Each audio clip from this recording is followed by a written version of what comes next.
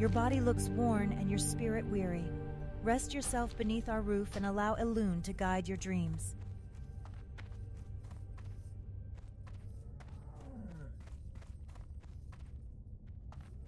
Your body looks worn and your spirit weary. Rest yourself beneath our roof and allow...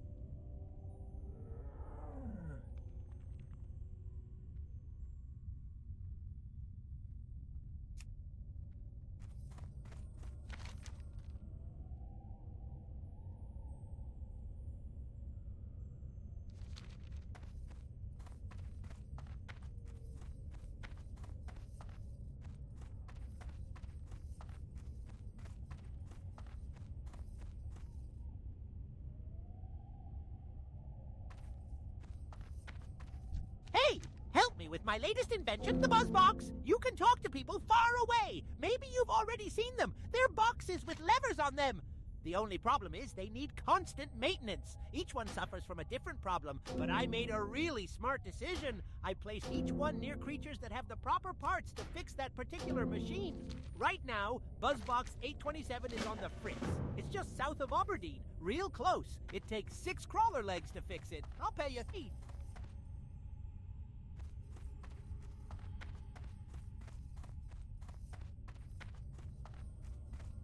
In the aftermath of the battles at the Well of Eternity, I heard that Amatharan had been destroyed, its people dead, including my love, Anaya. I would never have thought, thousands of years later, that memories of Anaya would still haunt my dreams. Wandering the woods of Darkshore in a stupor, I found myself in the ruins of Amatharan, where I saw the haunted spirit of my beloved. She must be freed. But I lack the heart to do it. Her spirit must be destroyed.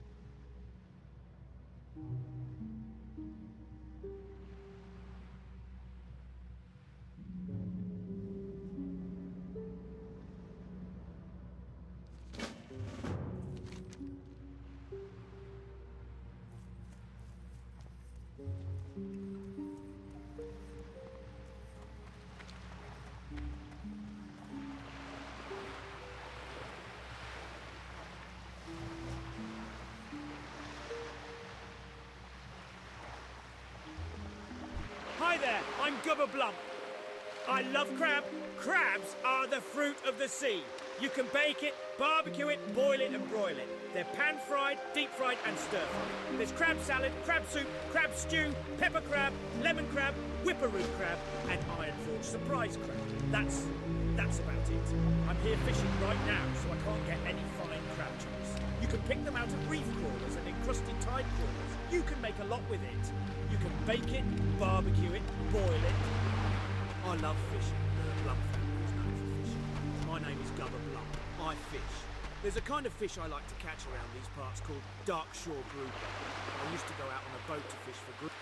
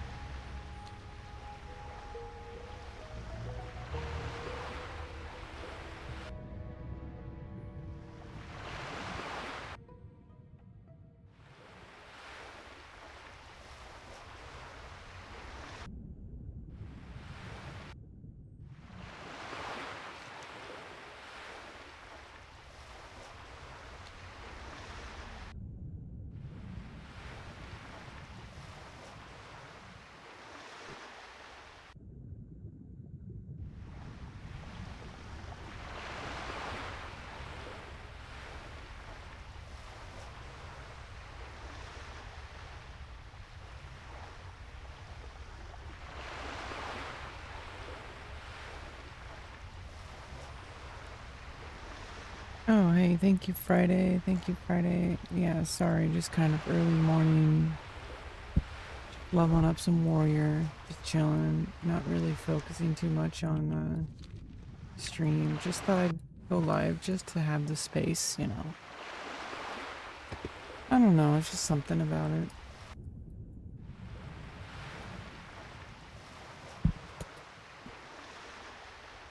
Trying my best just to get through another day. Just like any one of us, or, you know, just trying to figure stuff out. Try not to go crazy.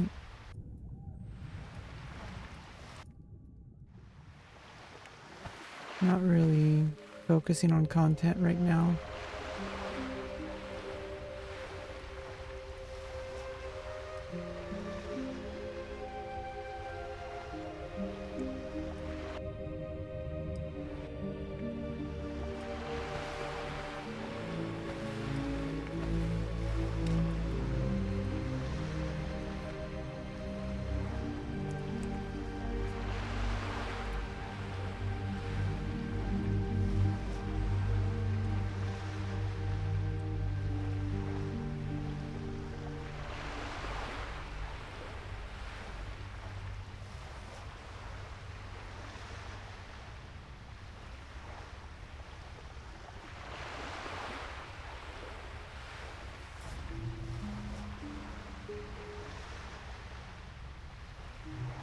Friends. My name is Waldo. No, this would be silly when they call it 2D VTubers.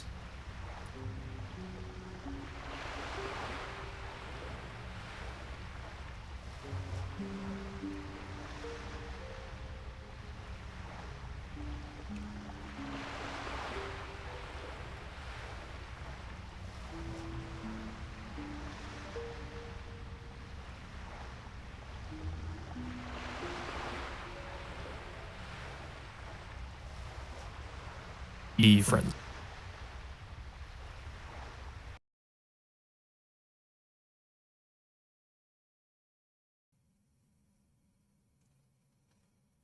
Yeah, just to give me a second to figure this out.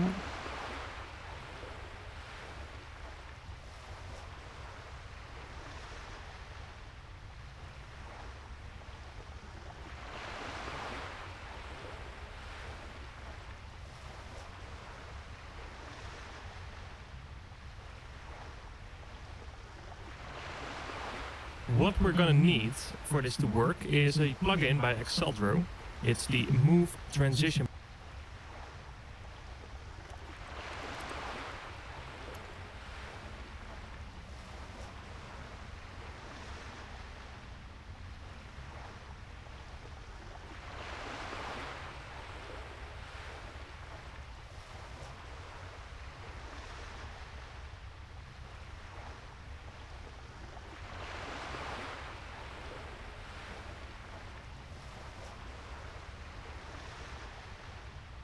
Plugin, and a few updates ago, Exceldro added the audio move filter, We haven't done a video yet on this channel, so that's basically what this video is for. We are highlighting one single feature from this filter.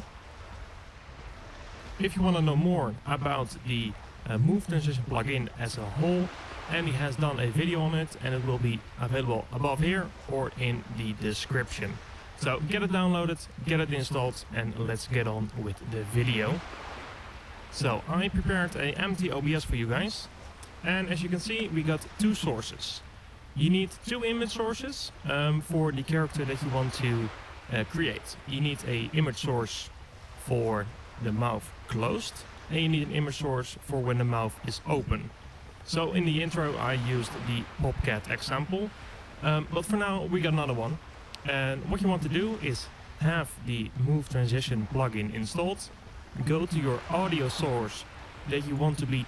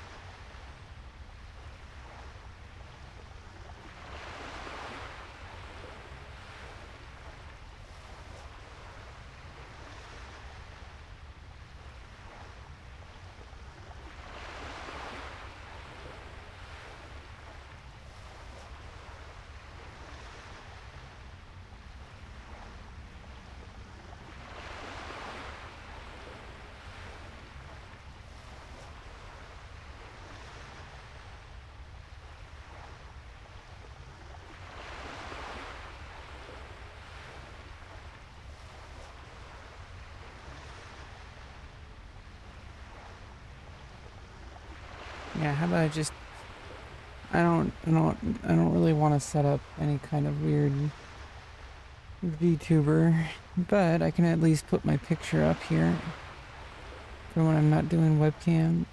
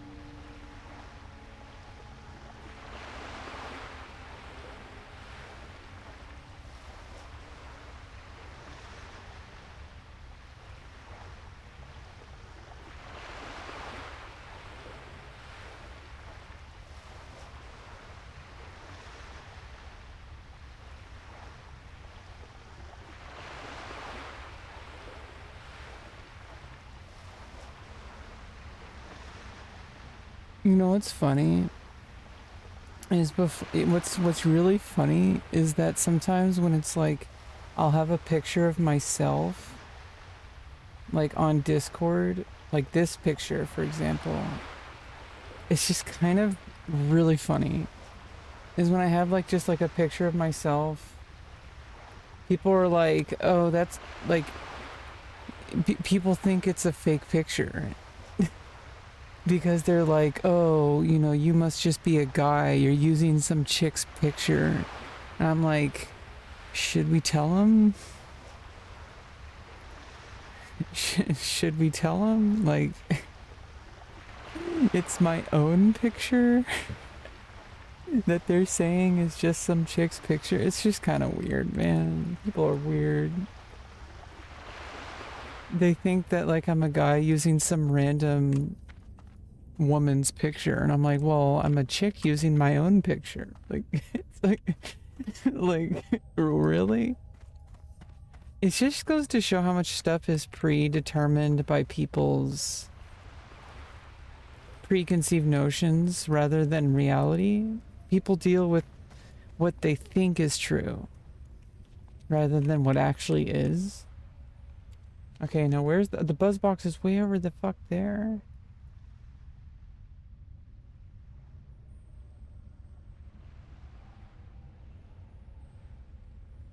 Yeah, I just kind of remember that Dark Shore is like a lot of the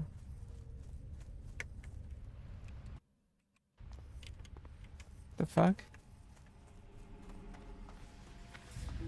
Yeah, I just remember that Dark Shore is like a lot of running along the shore for a while. There's a lot of running in Dark Shore, but it's a good zone, I think. So I think we can turn this quest in along the way and do the rapid thistle borers, then turn in the buzz box, then do the next beach sea creature. Oh, what the fuck? If we don't fall in the water.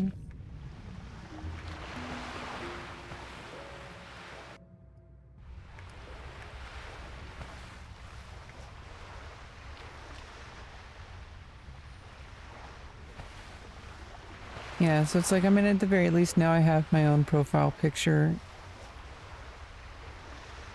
If, you know, for when I'm not doing webcam. Maybe I should move it to the middle of that.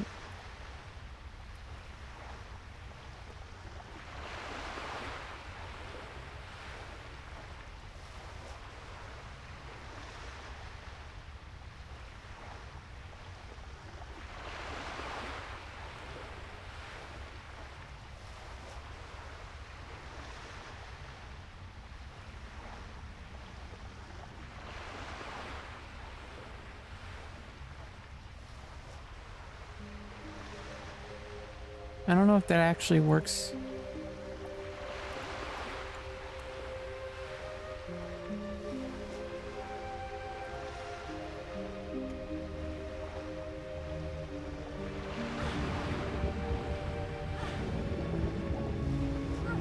Oh, fuck.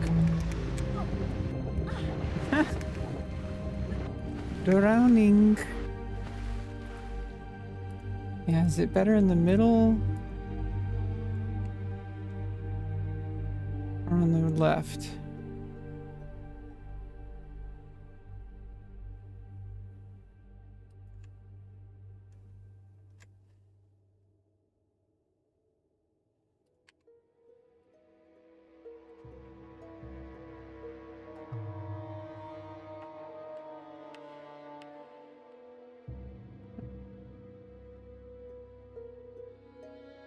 Yeah, it might be better in the middle. I mean, interestingly, I mean, I don't know. It's like that's normally where my camera would be, probably have my body and face, so.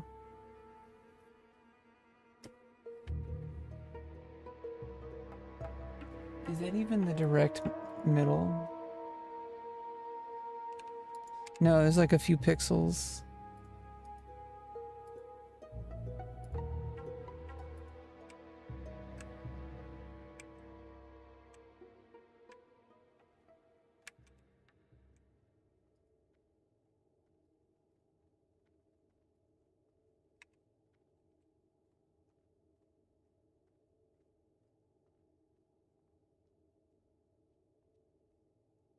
It's fine.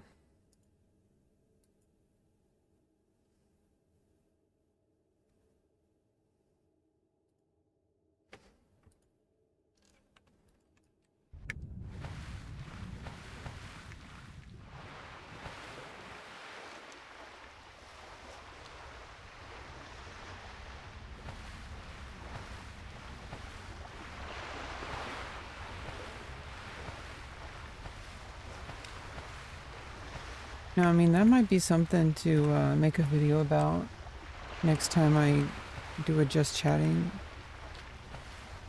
Just talk about how much, like, a lot of the things that we do, but also what I've noticed from other people is that, like, I mean, not just specifically about, like, how people perceive women online, or trans women online, or just trans people online, but, like, definitely that as, like, a use case. But the thing is like, how much people interact, like how much like human psychology like changes if somebody has a preconceived notion about something. That if they go into a conversation with certain questions already answered in their head, how much that influences the conversation or the attitude. Because time and time again, people have this expectation that if somebody plays World of Warcraft, especially if it's classic, they have to be a guy pretending to be a girl. Like, maybe if a lot of the guys they're playing are men pretending to be women, maybe they're trying to, not necessarily trans, but like, maybe they're trying to explore something. Maybe it's just, maybe they want to cross-dress. Which is fine. But like, I feel like there's this idea that if you're a man, you have to be absolutely masculine, and that you have to absolutely, like, if you're gay, somehow that makes you less of a man. Like, these preconceived notions that people have about things determines a lot of their mental health. It really is kind of a big deal. It affects a lot of people, like, not just men, but I've noticed, like, just from my experience gaming online as a woman and as a trans woman, which are two different experiences that are very similar. Well, there's two different experiences that I go through, because I have experiences that overlap with all women, and then I have experiences that are specific to trans women, and then experiences that are specific to trans people. Because those are several different things that overlap. And it's really easy to like just lump it all into one. And it's also really easy to just assume it's all because I'm trans, but like there's like also like the realization that a lot of it is not really because I'm trans, it's because I'm a woman. Because a lot of the times, if you ask any woman how their experience has been on a game like World of Warcraft, like 10 out of 10 women will be able to give you prime examples. Oh fuck. Why was there a... Oh, there's a freaking panther.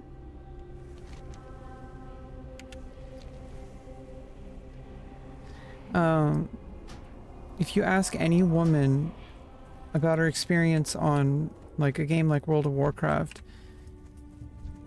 any woman will be able to give you like 10 examples of like an experience where like at the very least the guy was very like critical of like just her existence in general. Even when it's like, yeah, you could say that, you could say that like, you know, that he would be critical of anybody, and he might even argue with that. He might even believe that.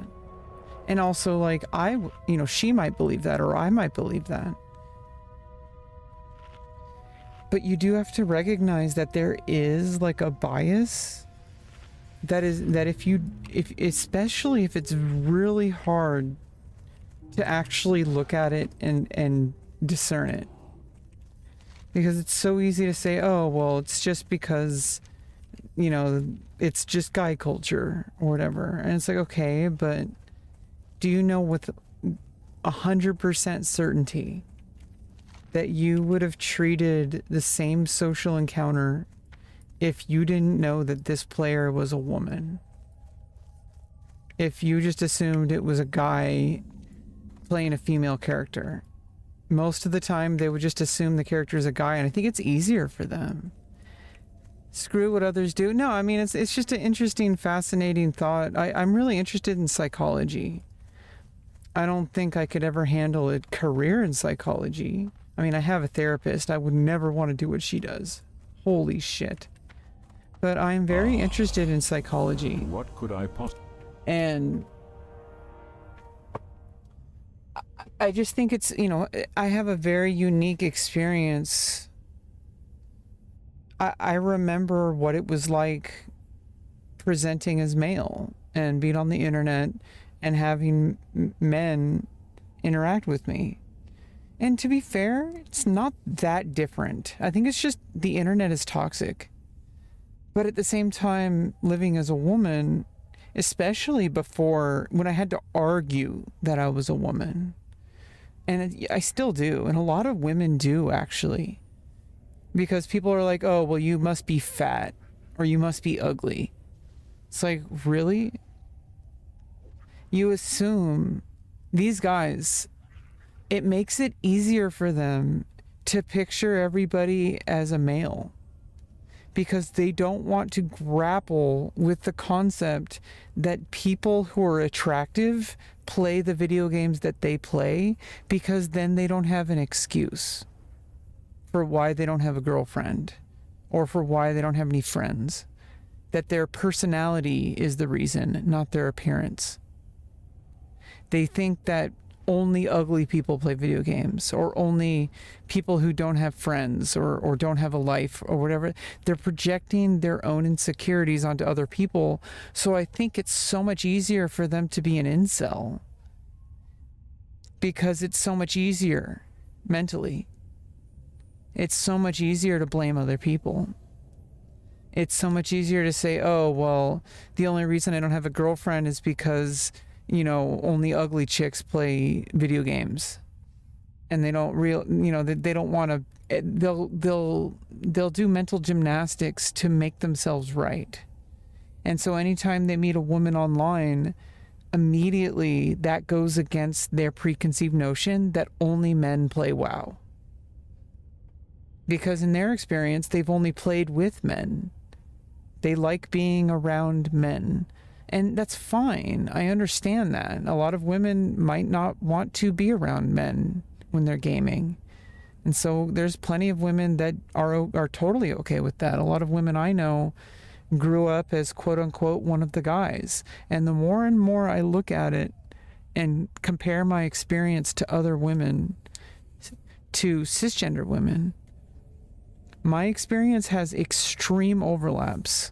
And for all intents and purposes, I am a woman.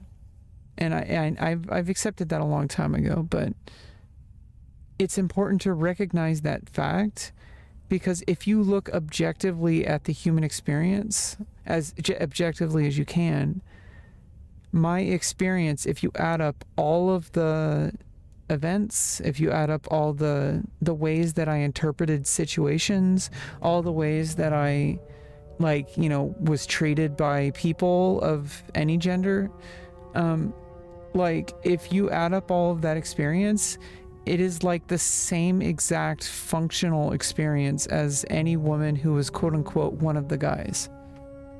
Like the tomboy, or not necessarily tomboy, but like the chick that was like hanging out with the guys and playing video games, because our society says that if you play video games, that's a male activity. Or if you play sports, that's a male activity. It's no different. Video games are just yet another case of it's easier for men to put things into boxes. And I think a lot of women put things into boxes too. I don't think it works in one direction. But I just do think that a lot of these spaces that are dominated by men, it's because it's easier for them to put it in a box that this is a men's activity. And so anytime a woman does that activity, they encounter those women with generally, if not hostility, then with like a discomfort. And that's why it's like when men don't always, a lot of these men online, especially like these Asmongold, watchers that are like, I mean, I'm an Asmongold watcher for the most part, but I'm not one of his viewers, if that makes any sense. Like his audience, I'm not really his audience. I'm one of like the 4 female viewers. I'm not his target audience.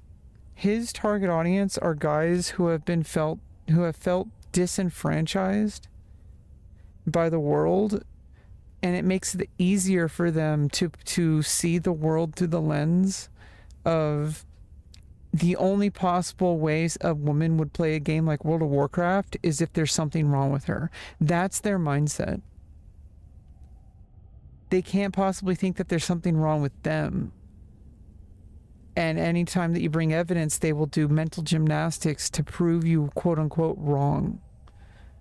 And I don't know, it's just kind of interesting. I think it's fascinating. I think somebody needs to help them. I don't know if it's going to be me, but like I do have experience, and I'm interested in it. And it's like one of those human psychology things. And maybe it can make me a better writer. I'm not sure.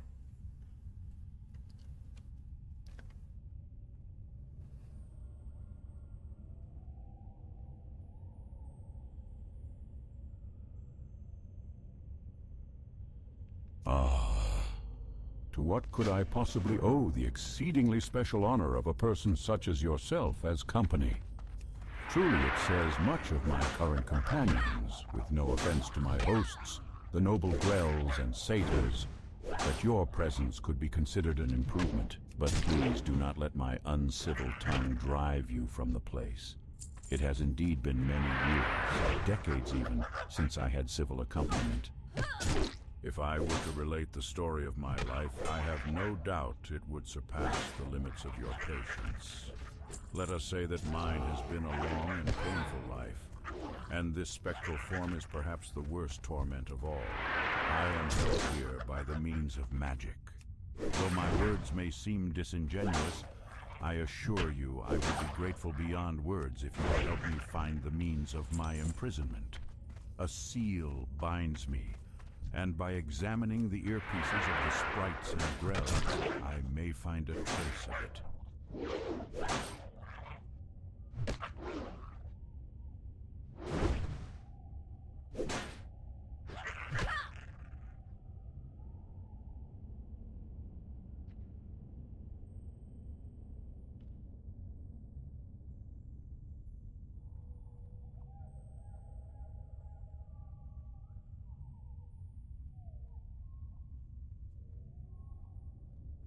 The thing is I don't really think it's like always negative. I think it's just more of like, this is what is happening. And I feel like it's very important to make that distinction, because sometimes it's like, you know, I understand it. Any one of us can get defensive, and it's just like, there's plenty of, I feel like there's a serious mental health crisis. And there has been for a very long time. And it's, I feel like at the root of it, and I had to do this, and maybe I don't want to admit that it's possible that only women are capable of this, because I'm pretty sure men are capable of it. I don't want to be, I don't think it's based on that. I don't want to be sexist about it.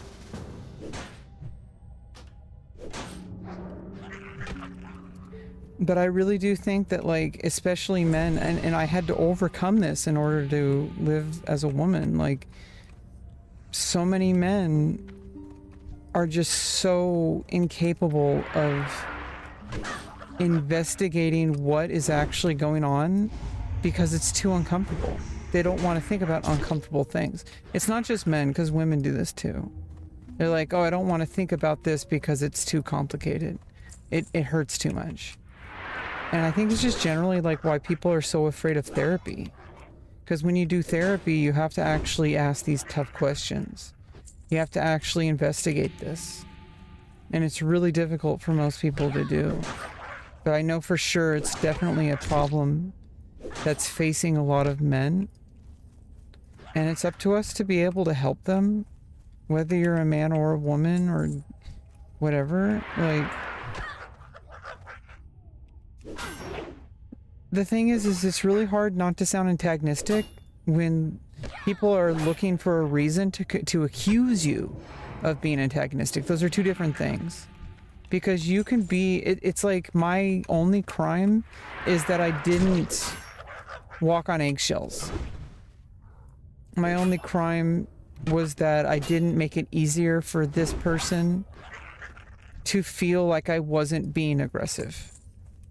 And they'll accuse me of being emotional or aggressive or whatever. People will do that. Men will treat women that way a lot. Because it's so easy to attribute certain things as like antagonistic instead of admitting that you did something wrong.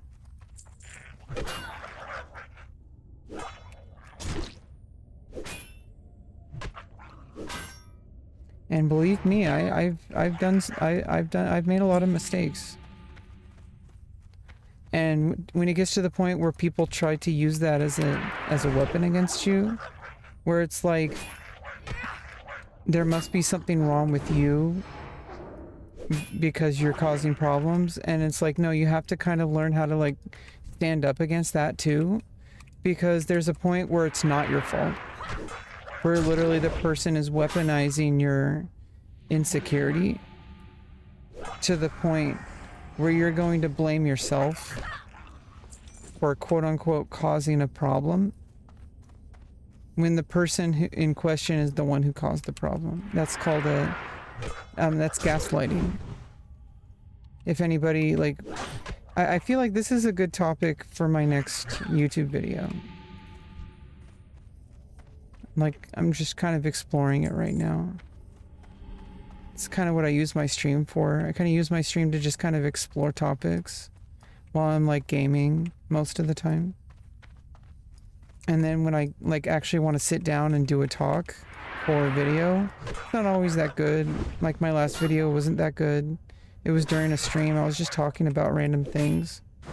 But you know, you have to actually try in order to, you know, if I just say, oh, it's not perfect, if you always wait for perfection, you're always going to be waiting.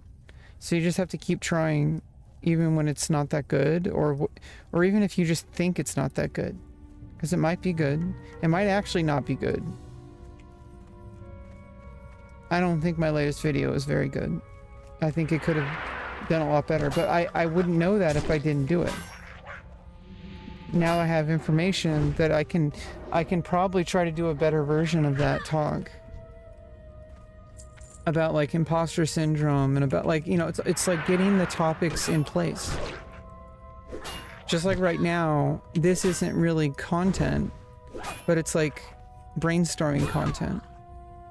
Giving me like the ideas I need so that I can get my thoughts together. Maybe it just takes me a lot longer than most people to get my thoughts together, but that doesn't mean I can't. It takes me a very fucking long time. It takes me like years just to get basic thoughts together. But then it's like, well, if I end up making, you know, it's not like it's only like a one-time thing. If I build up my thoughts to a point where it's like, well, now that it's taken years to get my thoughts together, but now I can make like a video every day. Because now I have my thoughts so put together that I can just like, I want to make a video about this. And then I just talk about it because I've already talked about it for thousands of hours.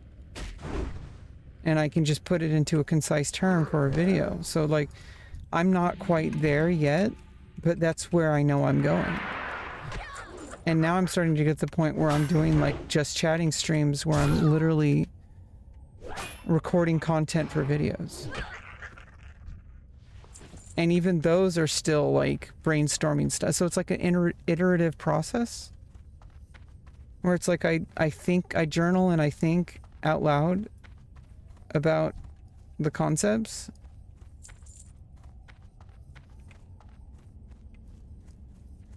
And then I actually try to make it, and then that's basically a more refined version of that process.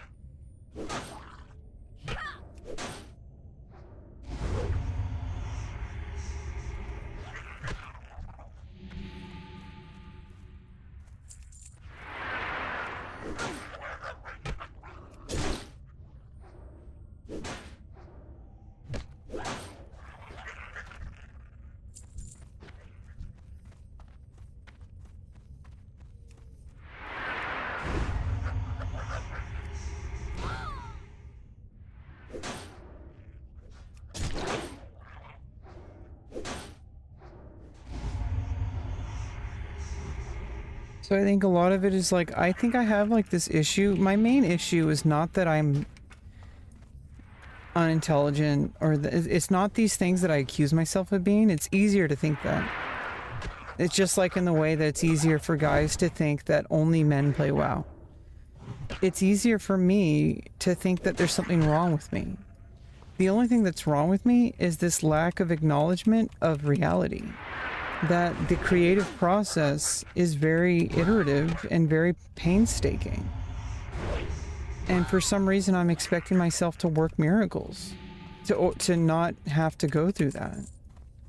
And that's the failing, is that I'm not, it's like I'm literally doing what I need to be doing to create better content, but I'm not giving myself the time necessary to do that mentally. You know, in the end of the day, it still works. The only difference is I shouldn't have to be suffering through it.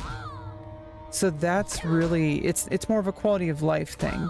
And in effect, that also makes it better.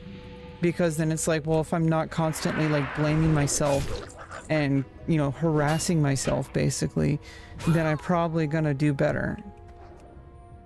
I'm not gonna struggle so much to make content because I'm gonna be happier about it. But in the end of the day, it is a quality of life adjustment and not like a requirement, because I'm still doing it. But I think the difference is in the mindset. That if I can just make this quality of life adjustment, I think I'll be much happier. That I need to accept things take a lot longer than I want them to. And I know this, like I know this. Not, you know, I've wanted it not to be true, but it's true, and I know this because it's like that's how my medical process with my surgeries happened. It took 5 years. I kept wanting it to be faster, but I knew it couldn't be. But for many reasons. It wasn't just like because of waiting lists. It was like also there were medical requirements for it. There's just time has to pass a certain way. Like certain things had to have happened in order to make the surgeries happen. And then, you know, I couldn't make that any faster. I wanted to, but I couldn't. And nothing I did would have made it faster. It was literally just something that took a long time. You had to grind it out. It was necessary. Maybe it could have gone faster, like, you know, like maybe wait lists could have been less, but like in the end of the day, I had to get my diabetes to a certain level. And that was not something that it was dependent on anybody but myself.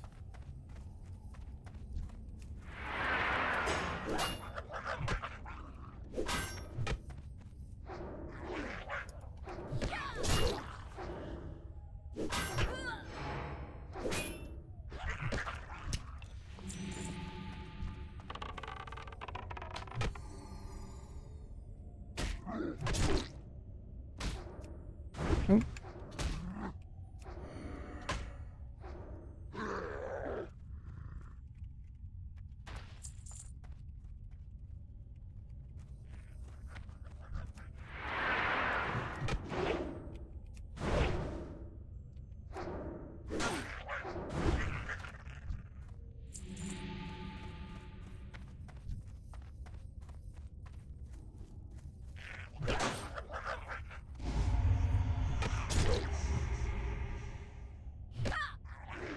And so I think like learning how to, you know, and even that acceptance is a proof of itself, because it's taken me multiple years to even learn how to even think about accepting it.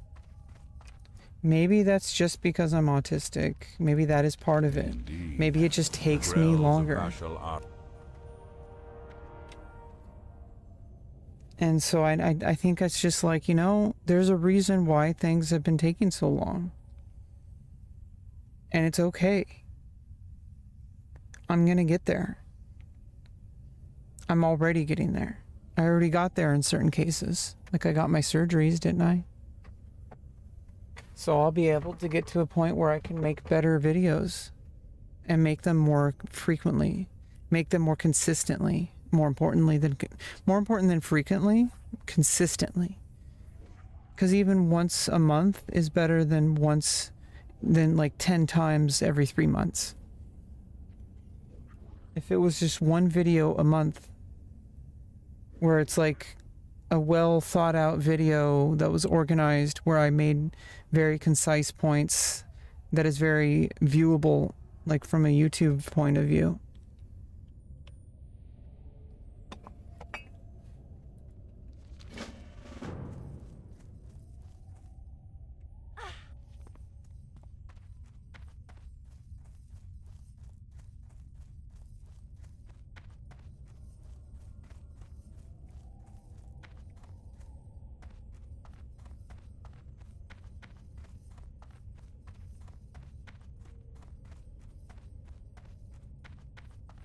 Indeed. The Grells of Bashal-Aran do not possess that which I am searching. However, they have come into contact with it recently. I would reckon that by your time, not mine. Recent for me stretches into the veil of the past, almost another age. If the Grells have come into close contact with the seal that binds my eternal prison, I suspect I know the cause. No doubt the seal has come into the possession of the satyr that lead them. I feel strongly that this must be true, adventurer. One of the satyr must surely possess it. If you can obtain it, you would bring me so close to passing the bars of my prison that tears would come to my eyes.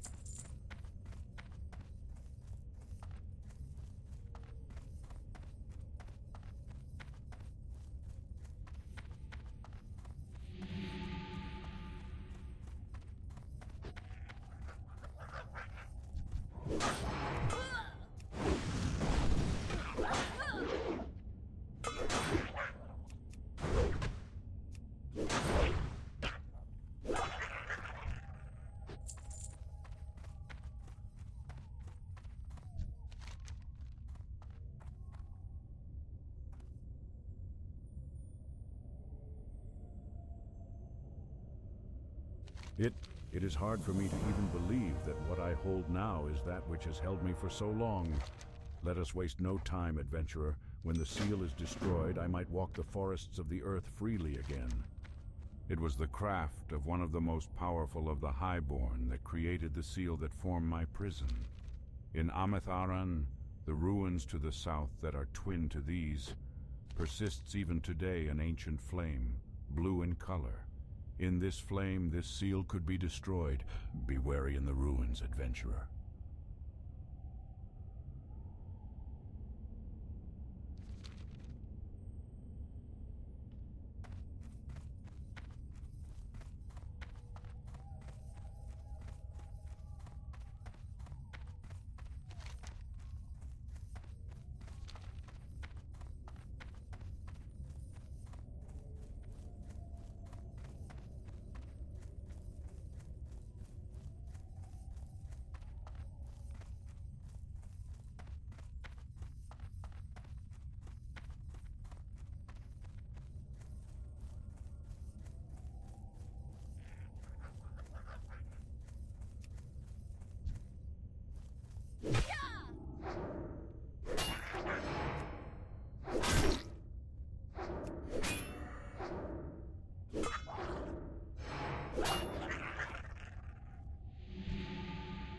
Sweet baby Jesus.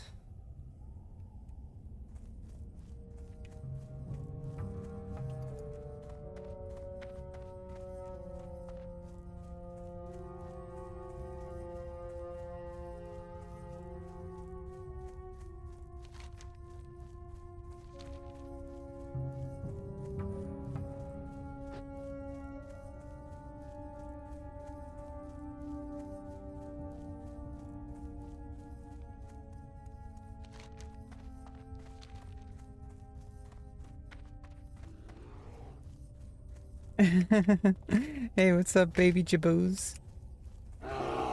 Baby jabos. Baby jabos. Hey, what's up, baby jabos? Baby jabos. Baby jabos. Baby jabos. Baby jabos. What's up, baby jabos? I'm gonna call you that. Baby jabos. It's the voodoo. Oh.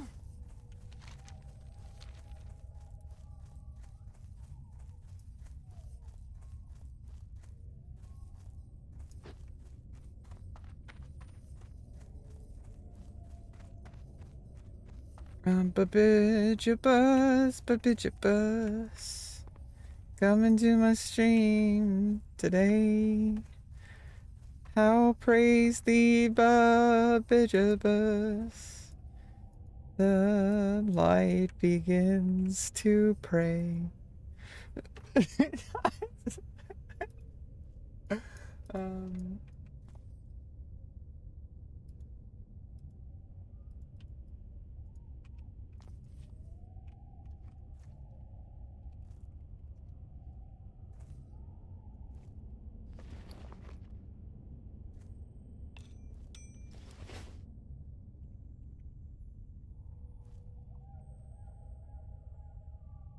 Oh, happy birthday, Babijabus.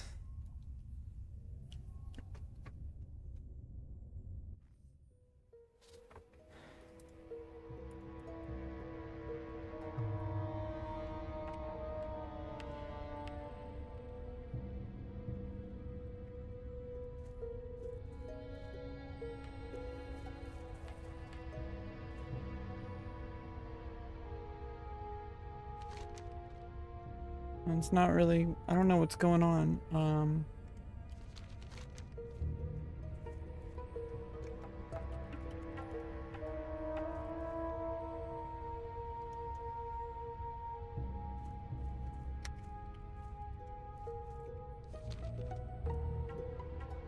Oh yeah, it didn't say I was complete. That was weird.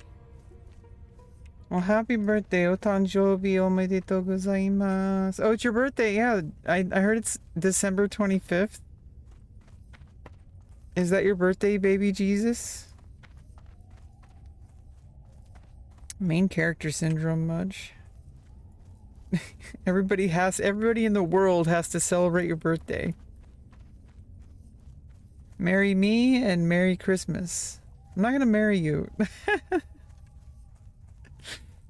Oh, that's another thing. That's another like concept. You know, obviously it's really hard to talk about these things without people getting immediately accusatory of like, oh, it's just some angry woman on the internet.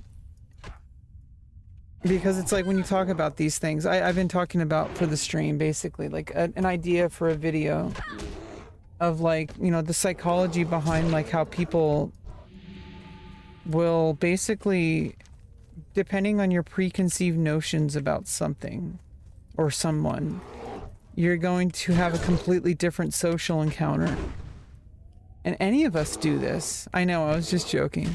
But it reminded me how like another version of this that's, you know, it might not be in the same kind of hostility, but rather it's like the assumption that because a woman plays your video game, that she must be ugly or something wrong with her or anything like that, or like, or fat or something like that, and that she's immediately going to be your girlfriend.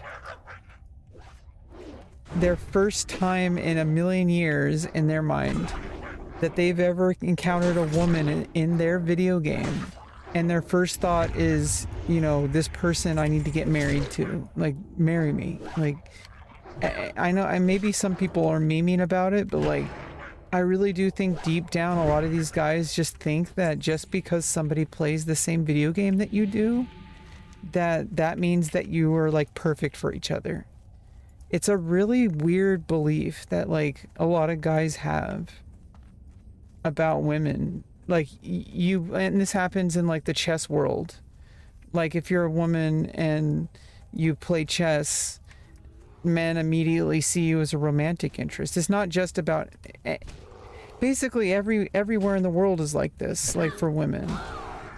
It's like these men are not used to women being in their space, or at least they haven't created a welcoming enough space in their own experience, and they assume that every single person shares their opinion. And a lot of the time it's true, especially if it's other men, but they can't fathom that somebody enjoys the same hobby that you do.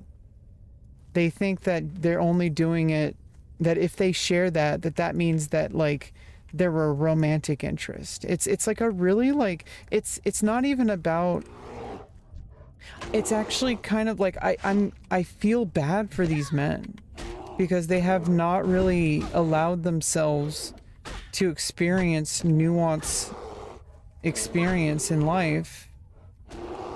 So the first time and like probably only time they've ever talked to a woman was a woman who or when they were kids, when a girl who shared the same hobby they have, like a video game or chess or something. And so in their mind, they're like, this is my girlfriend.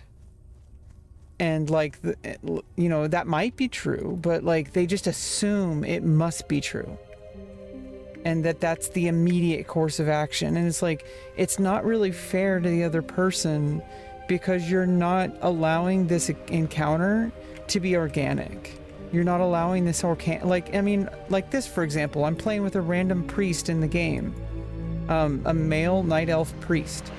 If I had gone into this as like, hey, like you're going to be my best friend now, join my Discord, let's talk on Discord. Like, it's like, dude, why don't we just play the game? Anyway, your task is like, why don't we just do this quest? Which, I mean, if you really think about it, that's really what it is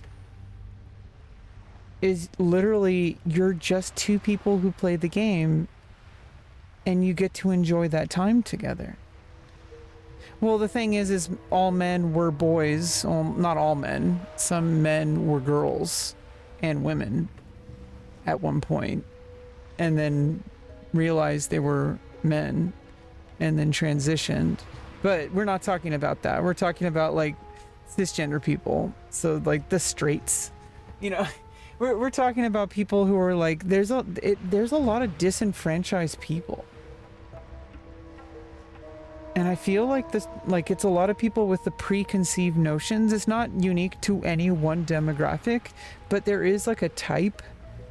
Generally, I think it's people who are more restricted in thinking, and that tends to be, not always, but like it tends to be really Christian white Americans. And it tends to be men more than women, but there's plenty of women this way too. And they also tend to be white and Christian and Americans. I don't want to completely make a blanket statement because there's plenty of examples of other people. It's just, that is one example. And I think it's an easy one for people. It's because it's like, it's a very, a lot of the times, not all the time, there's a restricted worldview that if you're gay, you're not Christian. If you have sex before marriage, you're not Christian. If you're going to hell, and it's like, it's not necessarily because like, I really like Jesus. I think Jesus was a pretty cool dude. I think we should all be more like Jesus. And I feel like anybody who calls themselves a Christian would agree with me.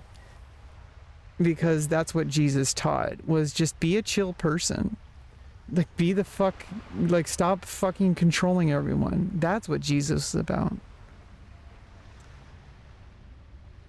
Oh, well, thanks for being here. But, you know, I'm going to do this regardless of how many viewers. People will disagree with me because they think Christianity is about a book. They think Christianity is about a bunch of rules that you have to follow.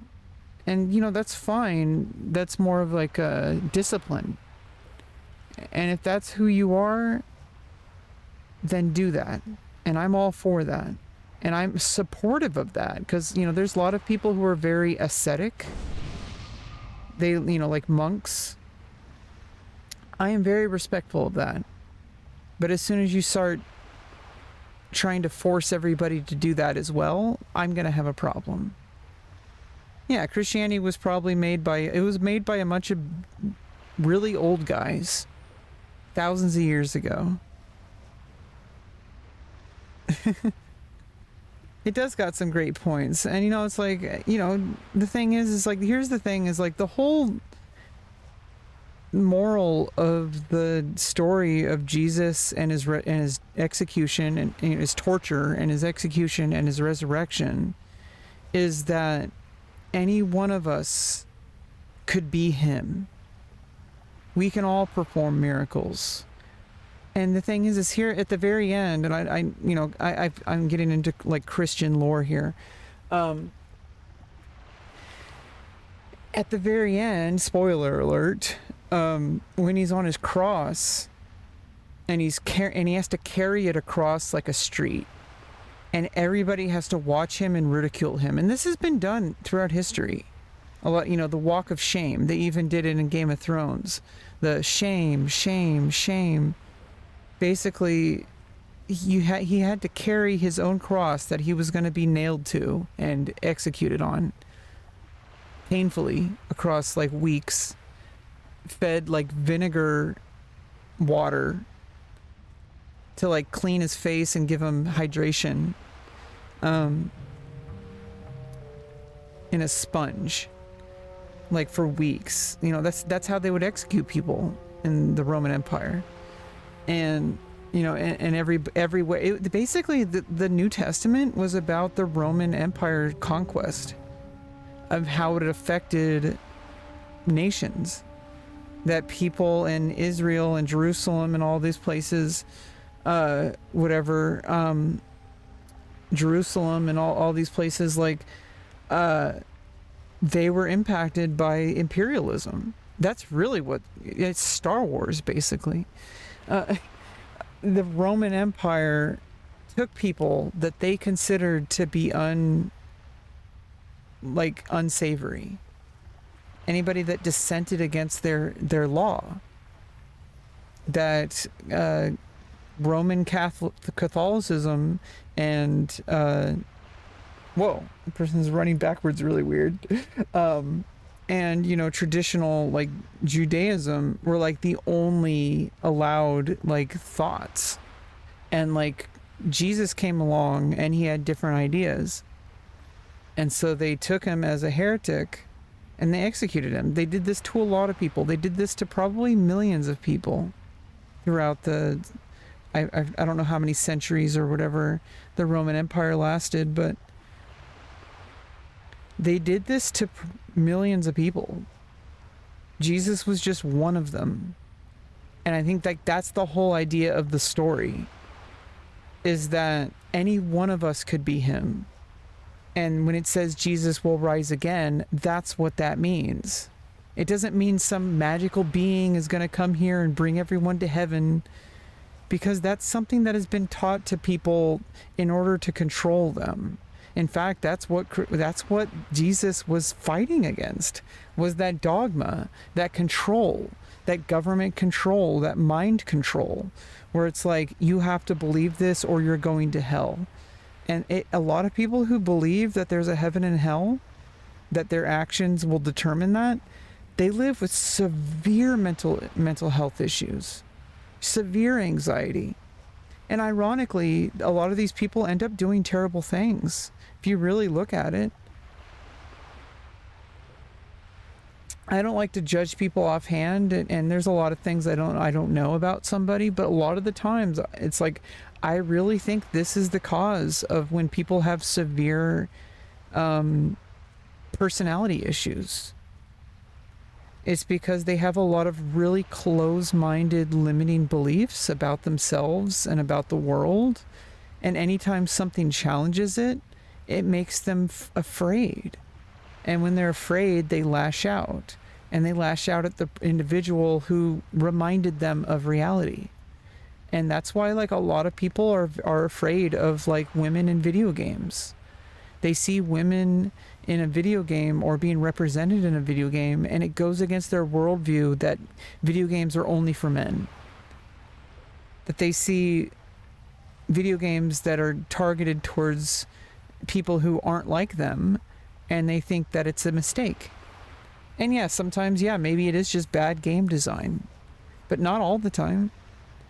And the thing is like when it becomes a self-fulfilling prophecy, when these people start, this is why, this is the biggest thing. It's like lately, I really think Asmongold is going in the wrong direction here.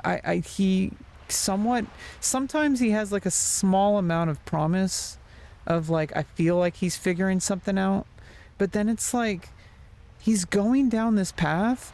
And this is why you can't escape it, because ignoring him isn't going to make it go away. And I think he's a pretty decent person deep down. But he's a big content creator. This is the main reason, is because he's very influential. Regardless of whether you like him or not. I don't necessarily hate him, but I think he's doing a lot of damage. And I wish that he wasn't. And I wish that he would think about like the consequences of like what he says and does and what he pushes. He pushes a narrative of that any kind of women being represented in video games or targeting towards different audience besides a male audience should be judged negatively. Even if he doesn't necessarily believe that, even if that's not what he's trying to do, that's the effect it has. And I think like ignoring the effect and thinking that your intention doesn't, that the effect is the same as the intention is a mistake. Because the effect is going to be true whether or not you want it to be true. So like if you fart in an elevator, people are going to smell it, right? It doesn't matter if it's like, oh, well, my farts don't stink because I don't eat like a certain diet. Like, okay, well, you might think that, but other people are going to have an issue with that. Yeah, he used to teach people how to farm mounts. He's gone into more of a heavy, like, incel bait, like complaining about video games that are targeted towards LGBT or targeted towards women, or even just featuring these characters. Because in the end of the day, yes, maybe a certain game. I think Concord failed for many reasons, and I think one of the main reasons was that it's trying to shoehorn in a bunch of what people would call woke. Okay, I don't think that's the only reason. And I think he's way too focused on that when it comes to games like Concord. Because in the end of the day, it's just a fucking video game, and if it flops, who cares? There's like a ton of other stuff going on. I think Sweet Baby Inc. is a huge part of the problem. Because I feel like there's nothing wrong with having consultation over like if you want something to be sensitive. But I feel like the people who run Sweet Baby Inc. specifically, the CEO, I think she actually has like a severe mental illness. I think that person is not good. But then again, who cares? It's just a company, and if people want to spend money on that, they and do that, then that's their prerogative. And I think in the end of the day, it's like, if you truly look at things objectively, I don't think that's like, I think what's happening is like Asmongold is farming this content, and it's reinforcing a worldview, and a lot of these men that watch him and believe him and are like, yeah, right on, brother, these women, yeah, they're so irrelevant, these feminists, like they don't like women, they don't like gay people, they don't like black people, they don't like trans people, they don't like anybody. I don't even think they like themselves. And it's really sad, because I feel like these people are left behind. And they shouldn't be left behind, because leaving them behind hurts everybody else. It's like letting somebody have diarrhea and then like not letting them not letting them into the bathroom. Yeah, or Andrew Tate fans. It's like these people, they're perpetuating a narrative that goes to these people, and when they hear it, they resonate with it. And I don't know, in the end of the day, people are going to do and say and believe and do whatever they want. And it's inevitable. You know, like, it's just like, I just think that, like, you know, it could be possible to help these people rather than make the problem worse. And I wish Asmongold was a little bit more cognizant of his power. And if he is cognizant of it, then I think that, like, he needs to make some changes. Like, that's not a good thing to do if he's doing it on purpose. I really don't think he's doing it on purpose. I think he genuinely believes that he's just...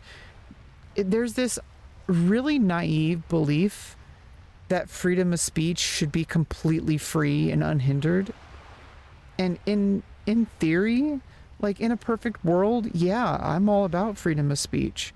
But if allowing every single person to have unbridled free speech causes a small group of people to be extremely, like, excluded, like, if you create a hostile environment where you don't even have to harass people, they feel like they're being harassed just by being in the environment, then that makes you a bully. And if you allow bullies in the environment, it's just like letting somebody shit in the elevator. It's not even farting in the elevator, they're shitting in the elevator. It's like allowing, like, Nazis. You know, obviously free speech allows Nazis to exist, but if people are allowed to put hoods on or whatever and walk around in public with guns and intimidate people with, like, violent rhetoric, I feel like that's a line that should be drawn. That's creating an environment where you're letting these people spread hatred. But what are we supposed to do about it? I don't really think there's anything I can do about it. I don't know if it's Asmongold that's been wrong. I think Asmongold has been... I think it's like the bear, you know, it's like the male version of, like, would you rather be in a forest with a man or a bear? I mean, don't get me wrong, a bear will fucking destroy you if it's in fight mode. Okay? But if it was, like, literally a percentage chance of any man, that's pretty scary. But I think that question was designed to make people angry. I don't think it's a really valid question. I don't think questions like that... I don't think they're good questions. I think they don't matter. I think it's only designed to separate people and make people angry. Play dead and pray. Yeah, I mean, you can make yourself bigger. You can't really fight them off. You know, a black bear, you know, is different than a brown bear. Okay, like a grizzly bear, fucking destroy you if it's in fight mode. The only real reason that question exists is just to it's more of like a point that people are trying to make. It's not about the specifics, and I think a lot of these guys have trouble differentiating that. They think it's literally about a bear. It's not about the bear. It was never about the bear. It's just trying to make a point that many women out there do not trust men. I don't really trust men. And I was assigned male at birth, so I lived my life a long time as a male. I actually know, if anybody has a right to be afraid of men, it should be me, because I was kind of on the inside. I was around a lot of men, and I was considered a man. So it's like I was kind of like, there's a lot of men that I would never trust. And that's a little bit of a problem, but I think it's better safe than sorry.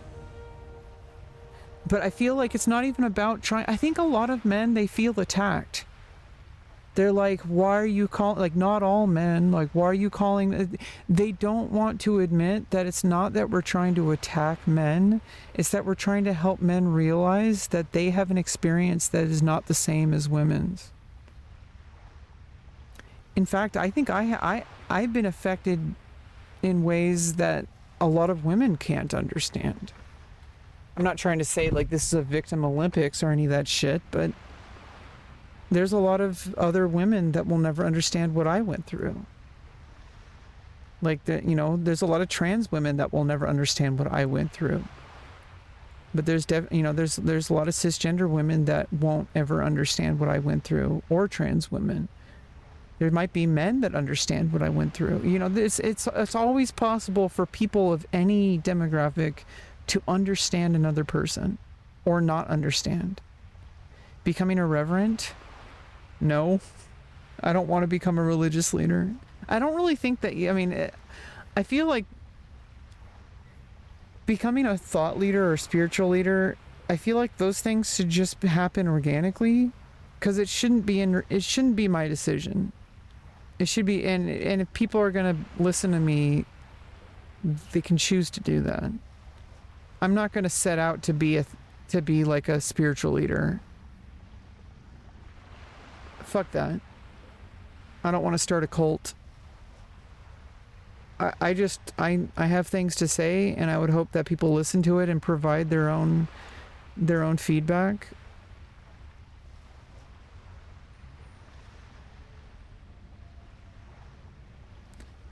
And in the end of the day, I feel like the less power I have, the better. Because I wouldn't want that. As soon as you start having power over people, like obviously you're always going to have power over people, and especially as a public speaker, you have a certain power and it has a certain responsibility. And I just wish Asmongold would recognize that. And if he does, then I wish he would change his ways. Because it's like, if he's doing this on purpose, maybe he thinks maybe he thinks he's doing it for a good reason, and maybe it is actually. If in the end of the day, I think if you just push the thing and allow it to happen, so that because whatever will happen whatever can happen will happen, especially with the internet. If you just ban everybody for making certain discussions, like there's certain things that just don't belong anywhere, but I feel like a lot of people feel like they can't speak their mind. And then you need to allow them to speak their mind so that they can then see how dumb it is. And that goes for me too. I need to say things and be held accountable. Otherwise, I'm doomed to repeat it. I'm just going to reinforce things that are harmful. So I feel like a lot of these people, maybe they can be shepherded. And I don't know, it's like maybe me, the target of their hate. I'm literally a woman, and a transgender woman at that. I'm actually a victim. And they see me as somebody who's making myself into a victim. In their mind, I'm the problem. Maybe I'm the one to help them.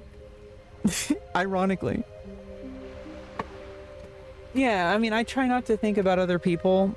These are, obviously it's always easier to think about other people than to think about yourself. But I think for me, it's a lot easier. I already think about my own problems a lot. So I like to think about like YouTubers and Twitch streamers. I like to think about them because it's a little easier than it gets me out of my own head, because I've already been so harsh to myself that it's like I don't know. So it's like a mental break. Like that's why I watch these YouTubers. I watch people who have very different opinions than me, because I feel like it makes me stronger. Because if I only watched people I agreed with, then I'd be just reinforcing things that I already know. And I like to watch people that make me angry. Not angry, but like, hey, thanks for the gifted sub. Oh,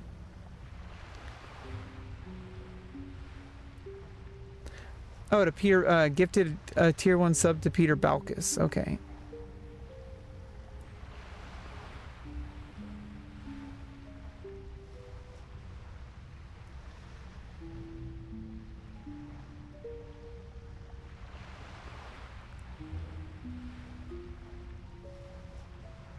Well, that's interesting.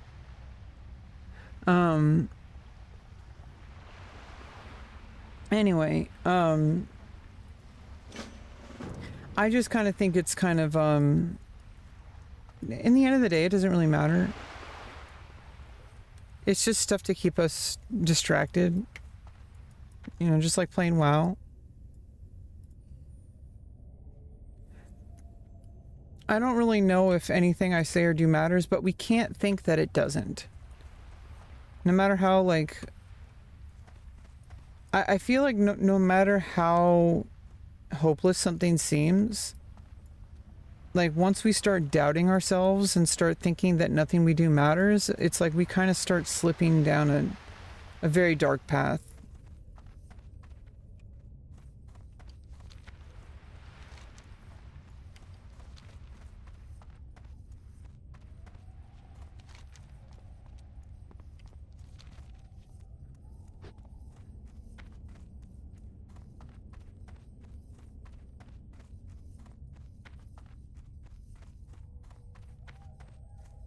Oh, thanks for stopping by, baby Jesus. Babijibus. Babijibus. Thanks for stopping by. Yeah. Merry Christmas.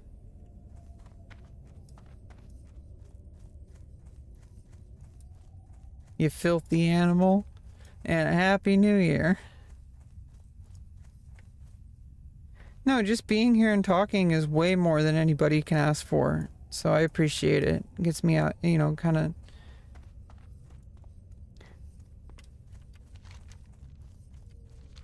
I'm getting to where I need to be. I don't have many viewers and, you know, but I do have people that come in and talk to me. And in the long run, I'm making like a ton of progress, you know. So the crystal exists, adventurer? Fascinating. Anyway, your task has been well executed. Good work. What exactly is this crystal? This is but a single question in a sea of questions. Another question that comes to mind is why Oh, Peter Balkus has been around for a while. Yeah, he's benign in nature, or does it hold a more sinister purpose? I have many more questions, but we're going to need to examine that crystal closely. Yeah, it's been quite a number of years since I started streaming. He's one of the few. He's a chess player. Water here in Aberdeen. Such potent magic should provide a clue as to the composition of the crystal. To do that, you'll pour the liquid over the crystal. It should take care of the rest. While I don't anticipate anything bad happening to you, I still want you to be careful. Above us to the east is Felwood. If that crystal is tied to that place as I suspect it is, then it could prove to be very dangerous.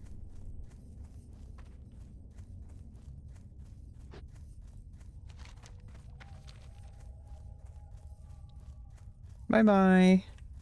Babijibus.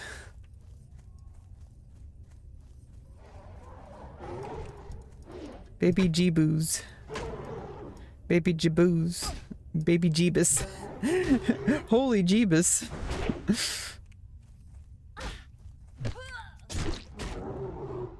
Yeah, basically just hanging out and like, you know, we've come up with a lot of ideas for a potential YouTube video to make later. I don't know if I'm going to make it anytime soon, but it's definitely like, you know, just kind of meditating on certain ideas, meditating on topics, and it might even take a very long time. Like I said earlier, like the goal isn't to like do it as fast as possible. The goal is, it's like an MMO. You got to level up, but once you level up, you permanently got that level. So by the time we get to level 60, we're not playing hardcore. So once we get level 60, we will always be level 60. And it's like, no, it's like, just like if I get my thoughts organized and my points kind of understood about how I think about things, and then gather information and get feedback over time, then as time goes on, I can do that more efficiently and faster. And so when I need to actually like, hey, I want to make a video, and then I can do it in like a very short amount of time and with a higher quality. So it's not like it's all for nothing. It's all adding up to that. Understanding my thoughts, understanding the talking points, all of that adds up. It's just taking a lot longer than I would like, but I have to give it the time it needs. I need to respect the craft, that the people who are successful didn't get there overnight. They had to do this. And I've been doing it. And I need to respect myself that I have been. And that I'm just not quite there yet, but I'm getting there. I'm starting to make some more I'm starting to make better progress, I think.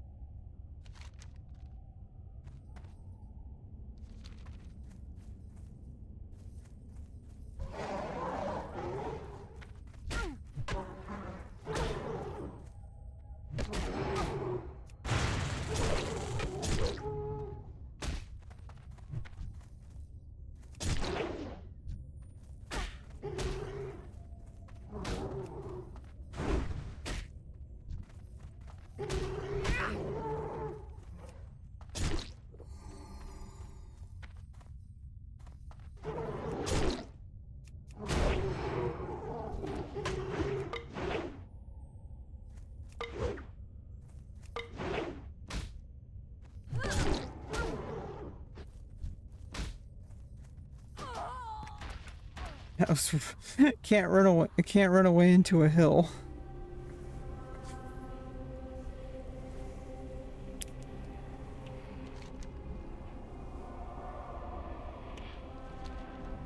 Well, I could use this time. I could just use the cooldown, turn in the quests, and then I do need to go to Darnassus and get ammo for my bow so I can level up bow.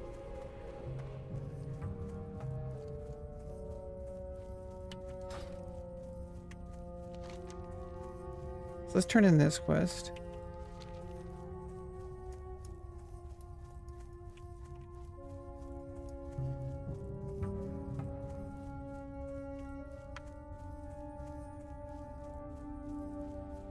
Also this one. Oh shit, that was all the...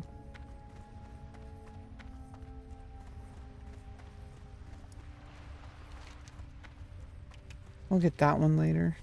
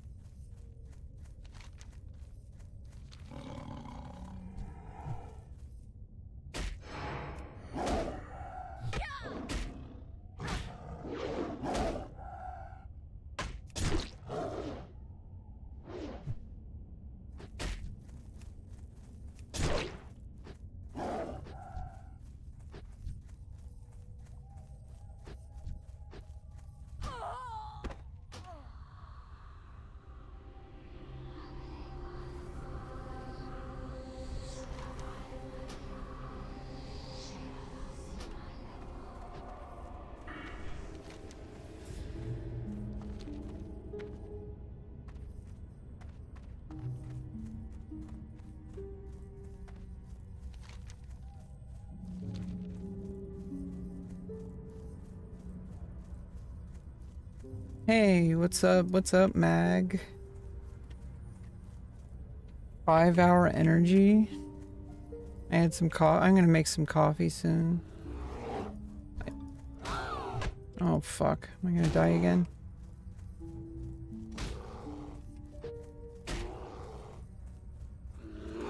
Fuck. I need to at least get closer to Aberdeen. I'm trying to just turn in my quests and then go over to Darnassus.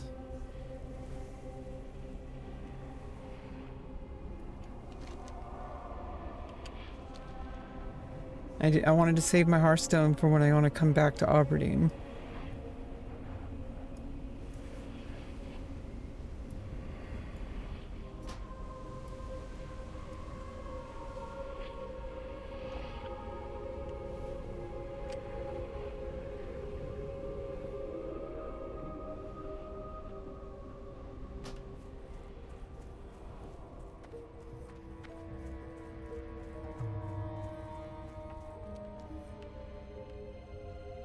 If I had died on that fall, that'd be funny.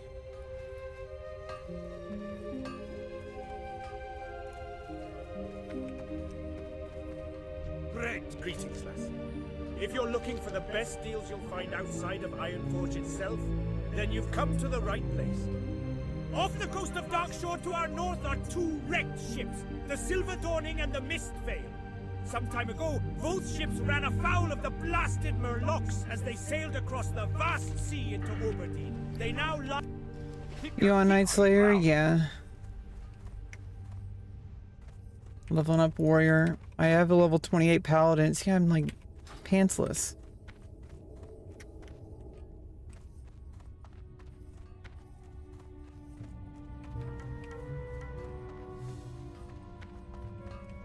How are you?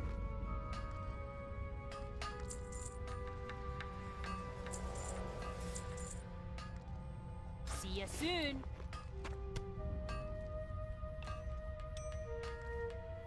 I've the finest wares in the land.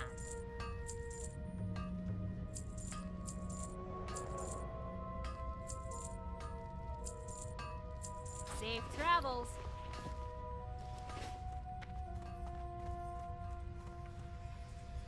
But I really do want to level warrior. I think more than paladin. It's just a little annoying having to get back up to like level 30. But obviously, like I was saying earlier, it's just like you work on these things.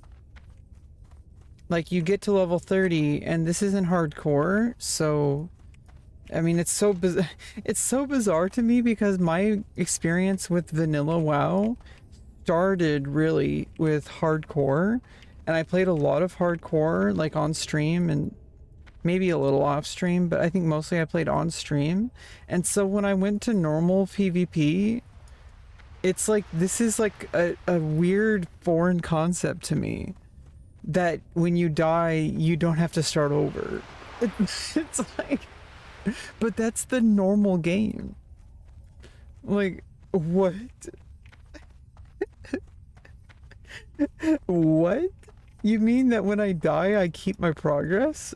That's so foreign to me for vanilla. Like, I associate vanilla with, like, hardcore. So it's just so weird to me to actually be able to keep my progress from leveling. So it's like every level I get is permanent. So it's like I'm level 28 paladin. I'm not losing my paladin by leveling my warrior. So as soon as I level up my warrior, that's permanent. And I'll be able to just keep leveling. And eventually I'll be level 60. My goal is eventually having level 60 on every class. It would seem that even though we know more about this crystal, more unanswered questions are the result. I'll take the information you've uncovered to the council here in Aberdeen. Perhaps they'll know a course of action to follow on this crystal. Well, that is, if there is one to be taken. For now, the threat remains far enough to our east to be out of harm's way. As for you, and it's not good because I lose the strength. Reward for a job well done, adventurer. Even though it's 0.5 DPS, I don't need intellect, and the extra stamina doesn't really do much. I think the 2 strength is worth more, so I'm just gonna sell that.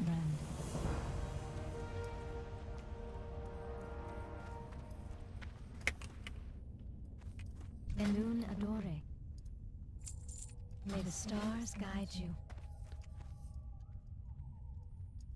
I am listening. And you know I'm gonna sell Asha fell out. this bullshit. What brings you here? Be careful. I never use those.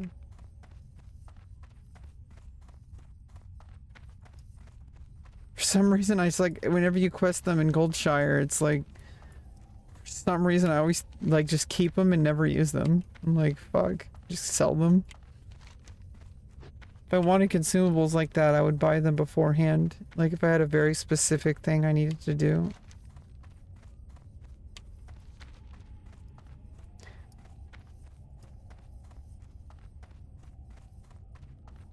You know, obviously for level 60, I'm gonna have to do all the level 60 stuff.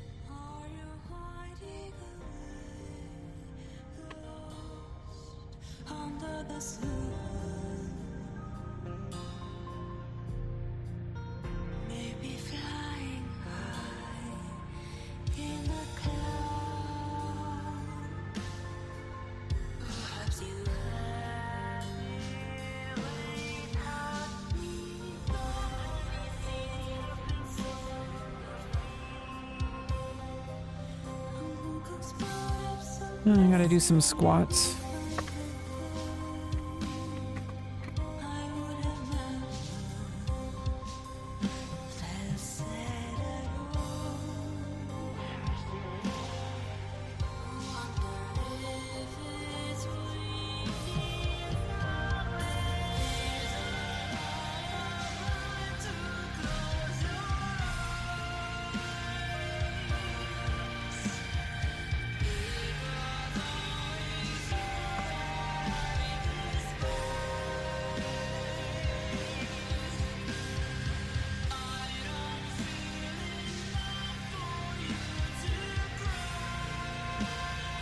Yeah, nothing like a quick 10 squats.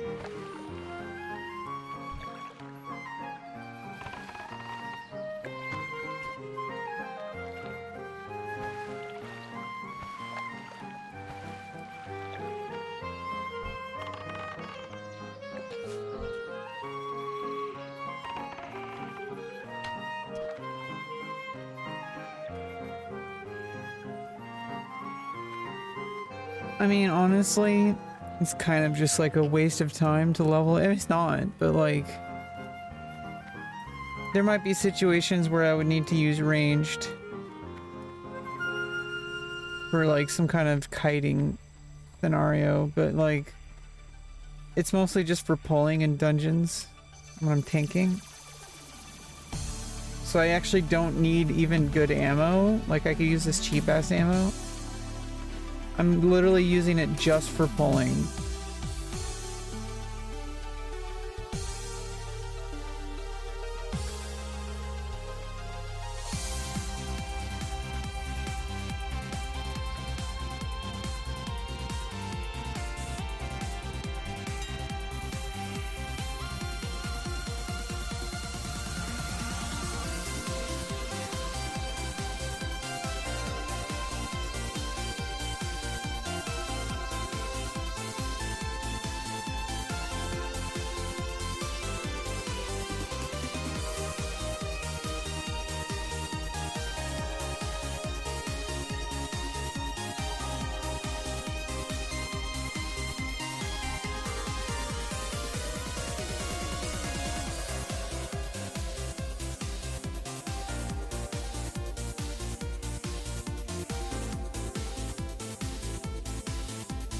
Did I not train axes?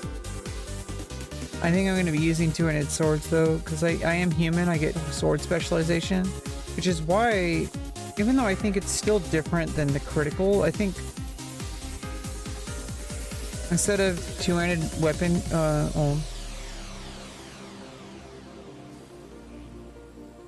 there's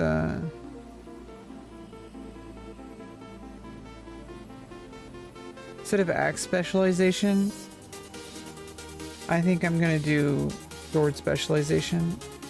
1% chance to get extra attack instead of crit. I mean, crit might be better, but that also is at the axes. And also as human racial passive, I get sword bonus, sword and mace.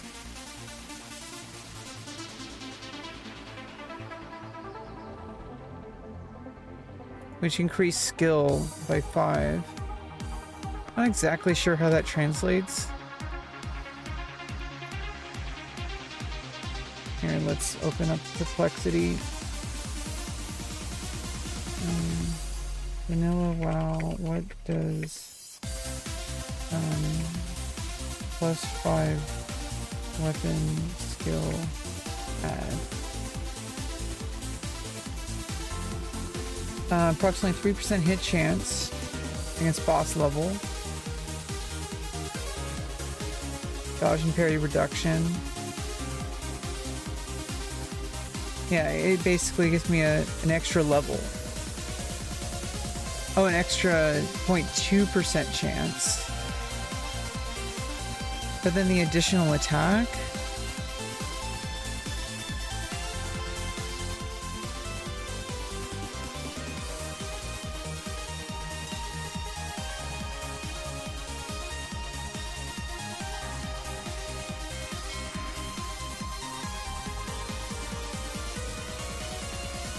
Yeah, so when I get to this level, I need to decide which weapon I'm going to be using for all of level 30 to 40 plus. Or level 30, like between like in the 30 to 40 level range. I need to like actually research when I get to that level. So when I hit level 31, or when I'm approaching level 31, I need to look at which weapon I'm going to be using. There might be a really good two-handed axe during those levels. Who knows? But either way, like right now... Oh, right, I was going to, I think I need to get... I forgot to go to the Weapon Master in Ironforge. Unfortunately.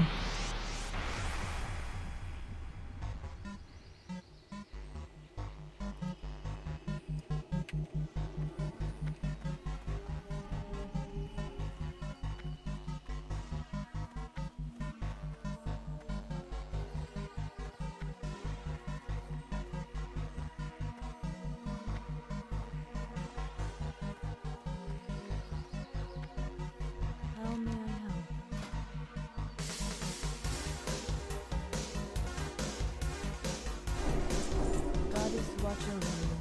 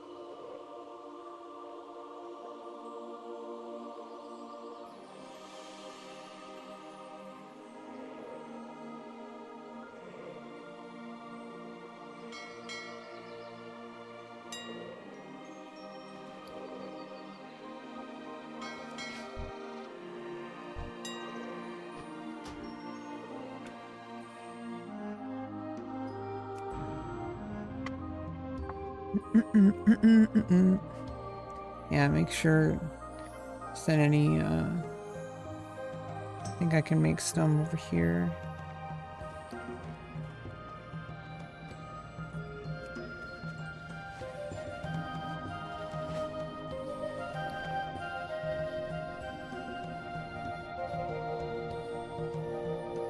Yeah, I got it.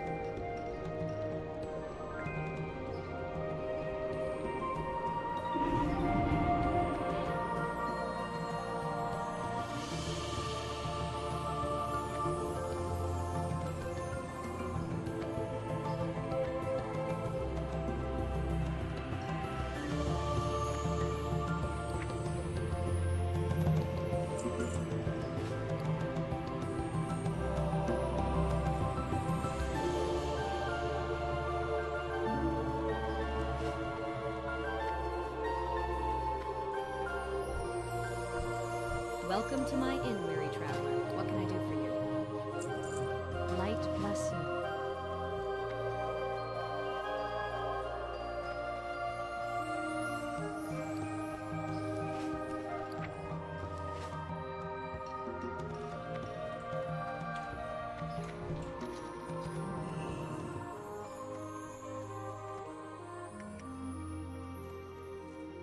No one's ever stolen anything out of here. Not in the whole history of the whole history. Safe travels.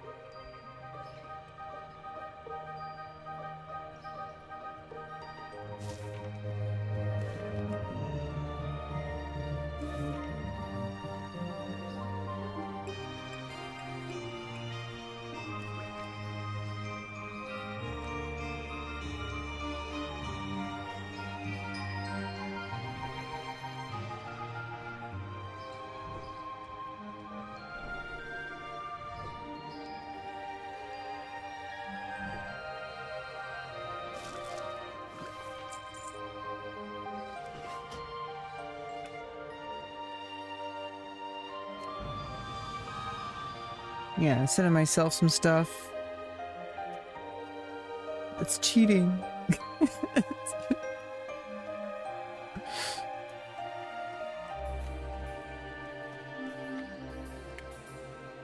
It's called literally playing the game.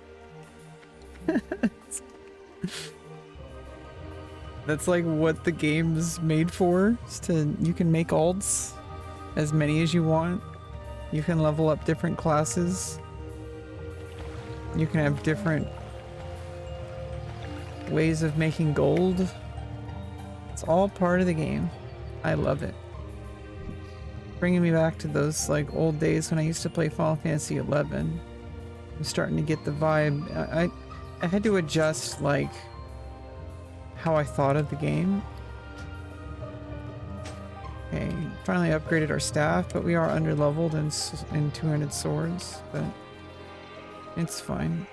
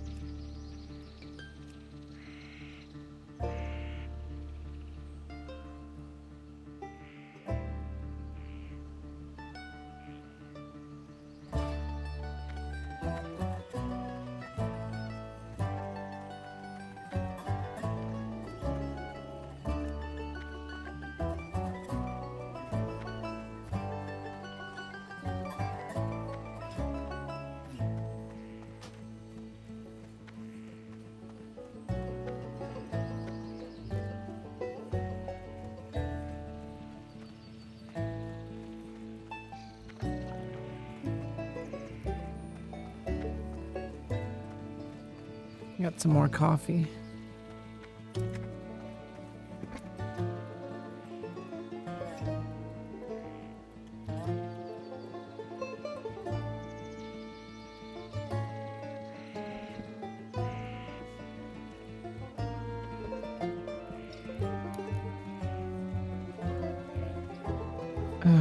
I don't know why the fucking neighbors are always fucking hooping and hollering.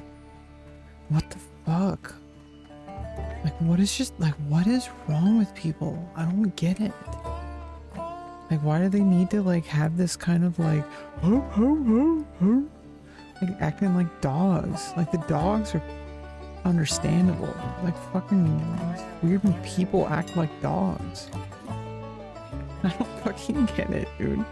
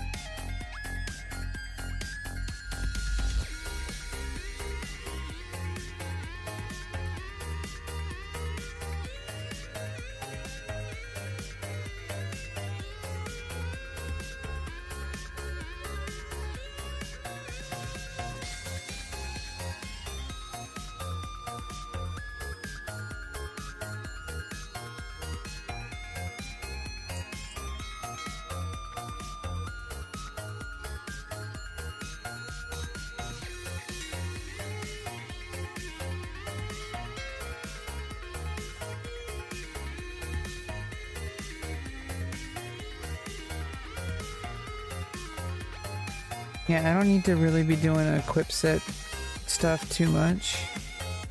until like probably a bit later levels when it's like I won't have to like just constantly be replacing the sword and shield.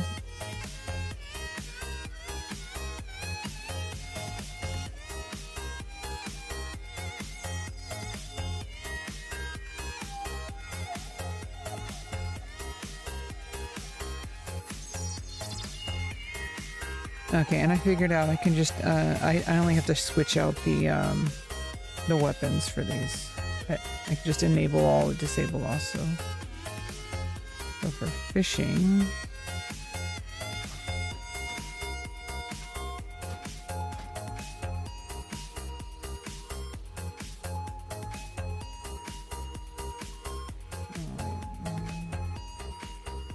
better wear fishing. Okay.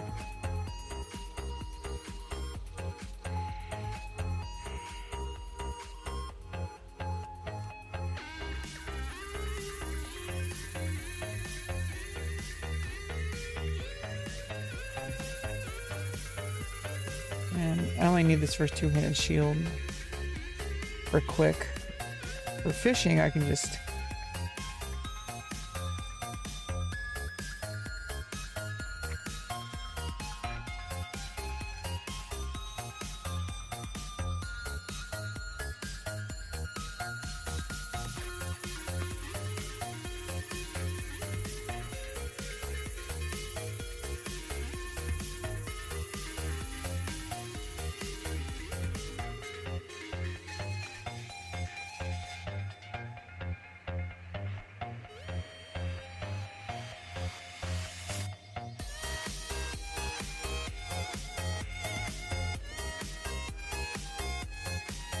I'm just not really into leveling fishing at the moment. That's going to be something that's... Stuff like that I'm going to do when I'm like kind of higher level. Like right now I'm pretty much just focused on leveling. But closer to level 30, that's when things start to really slow down. That's when like stuff like fishing and like other professions are going to be a little bit more reasonable. Especially since higher level I can start farming stuff better. And then in level 40 I need to farm gold for my mount by then. I also need to farm for dual specs. So like level 40 is going to be a huge... I'm going to take a whole bunch of time to get ready at level 40. And I'll probably get some levels while I'm farming. But I really need to farm for my mount and for dual spec.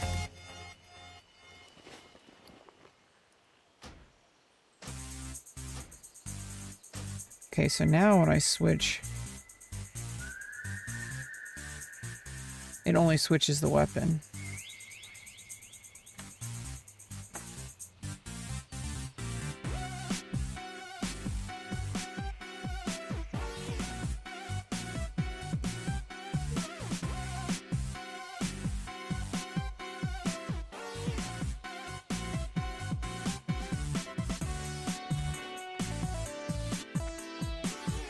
Okay, let's head back. Now I don't need to constantly be updating it, only when I change weapons.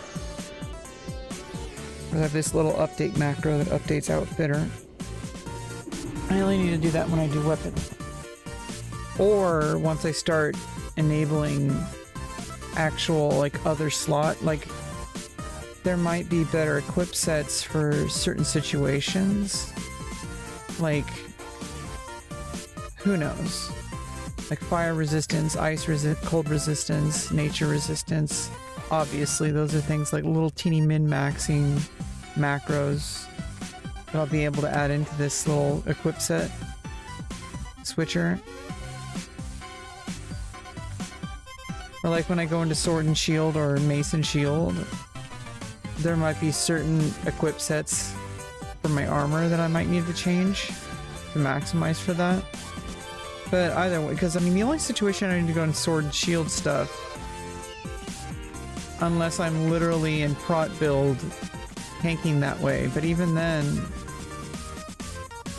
the only real situation I would need to do that as if I were like really low on health.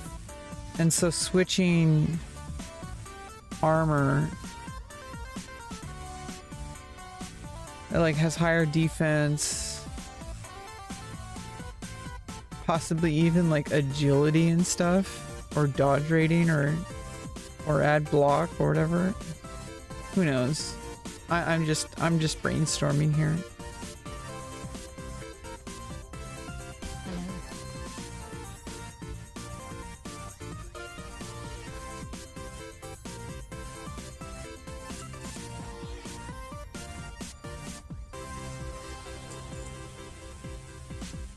Good luck, friend.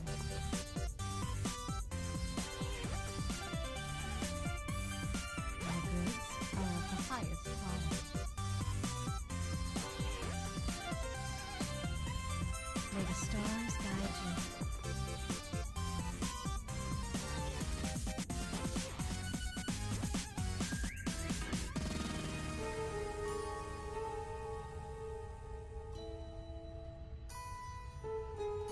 A shot fell out. Be careful. My goods are of the highest quality. And nice.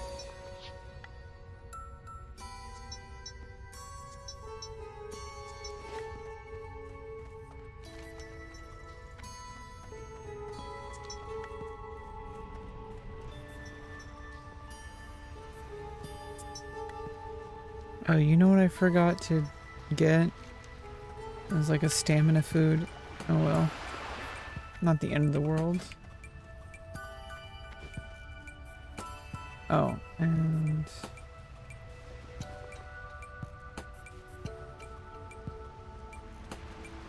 Armor plus 8. If I want to level up skinning, I gotta level up my rogue. So I can get higher armor kits easier.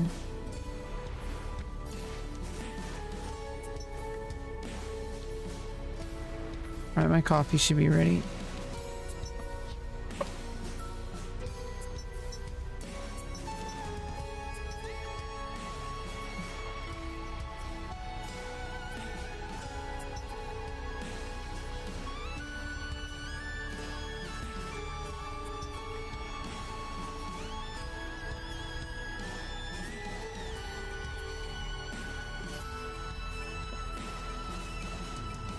Okay.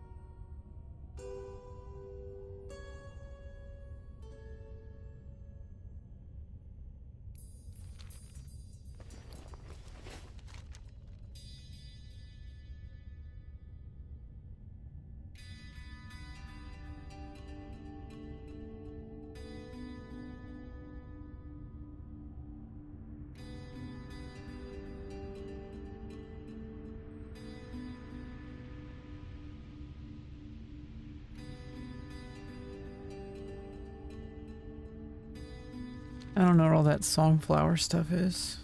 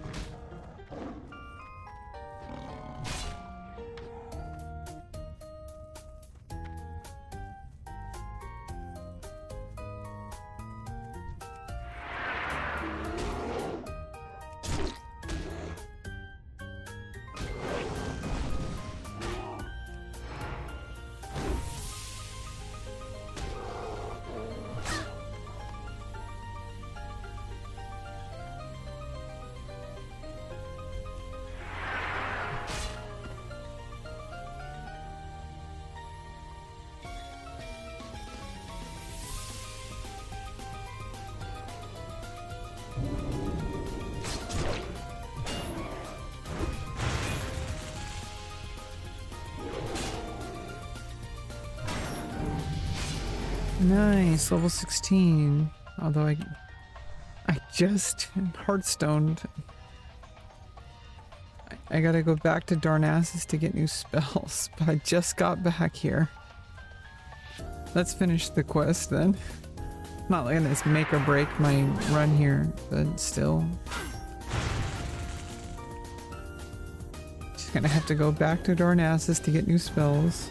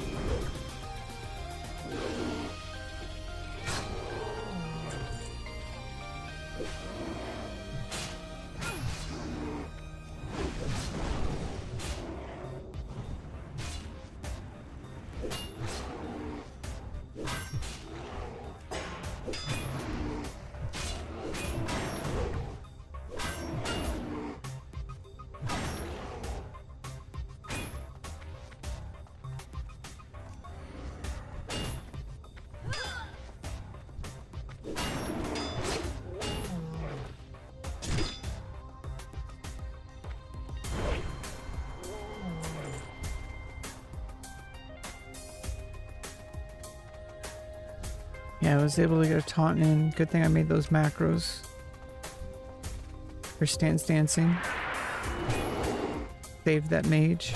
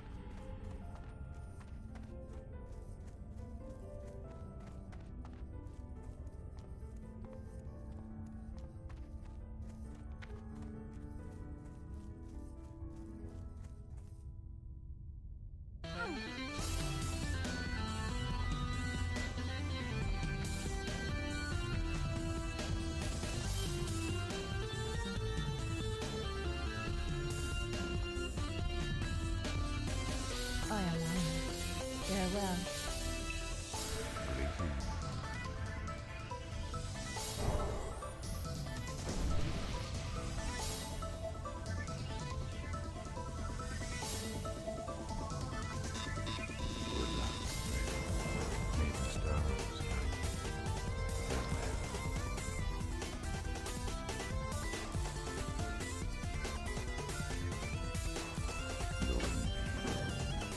Well, now I got Mark of the Wild and stuff, so...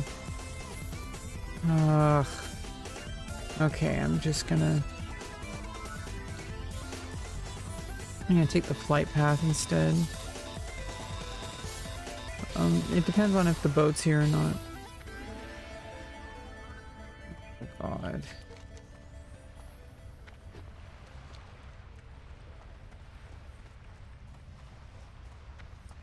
I need to get my new spells. It's like, why did they not put trainers here? Like, come on.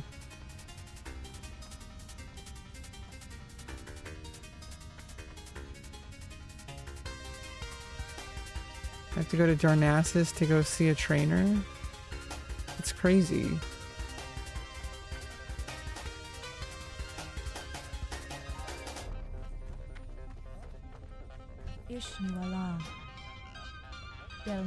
Oh, it doesn't cost anything at least.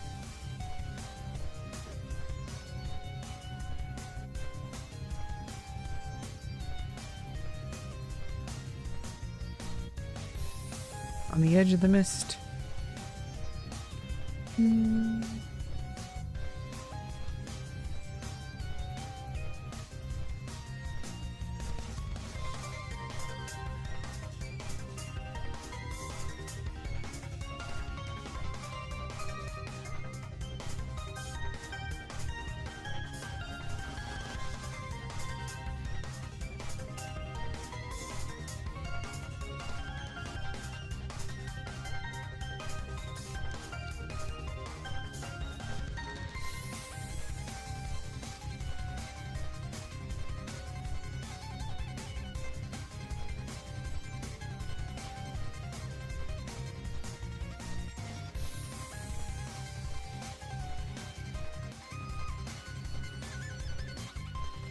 Do some Pilates bar, bicep, tricep curls.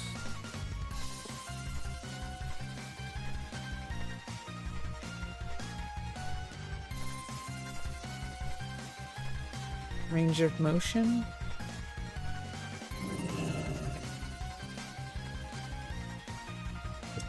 I should have done that at the beginning of that. It's just I don't want to waste this Mark of the Wild.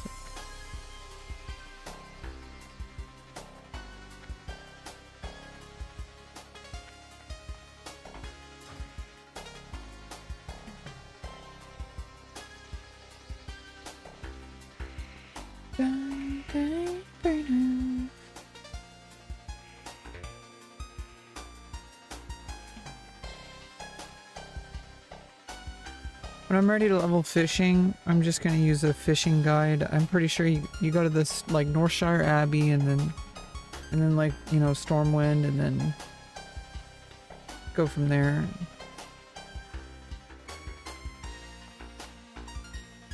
Okay, where is the warrior trainer? Okay. And the warriors have engaged the enemy.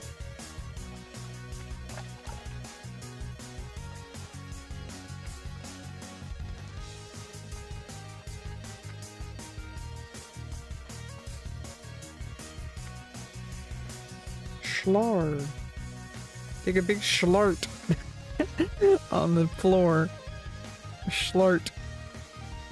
Thunder Fury.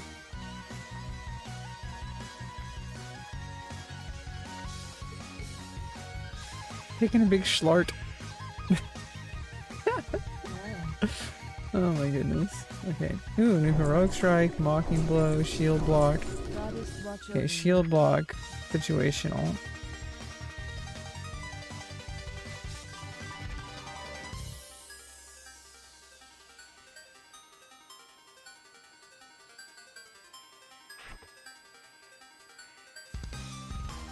Not going full sword and board on vanilla all the time.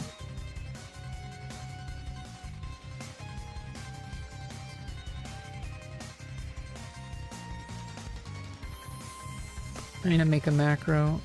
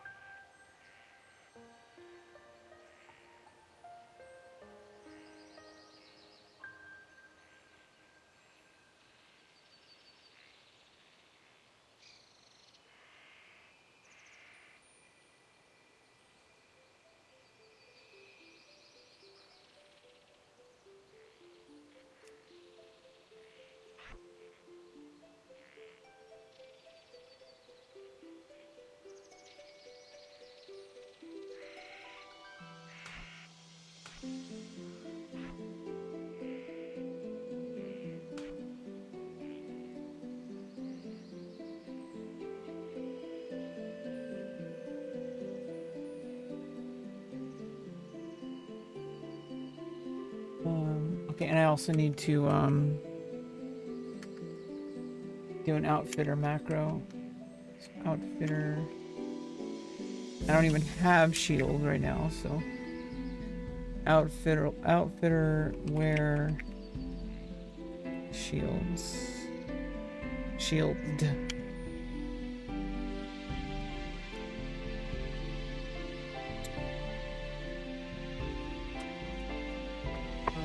Same, I need to make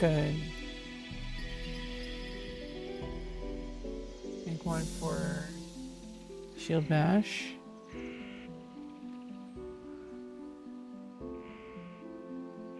Oh, this just it doesn't require defensive staff. Okay, so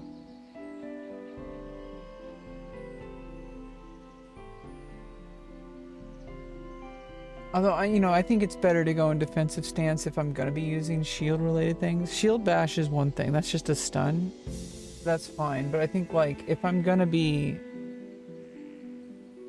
switching to shield in the first place. Oh, this one requires defensive stance, so that's one thing.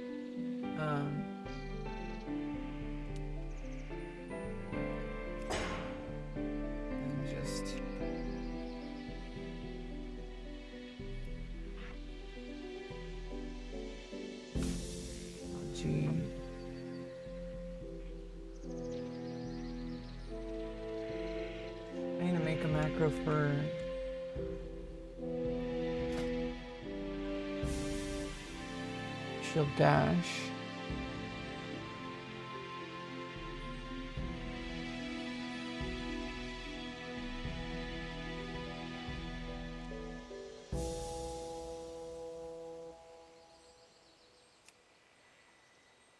But that one doesn't need defensive stance. It needs battle stance or defensive stance. So I think cast battle stance. In case I'm in Berserker, I think it's probably better.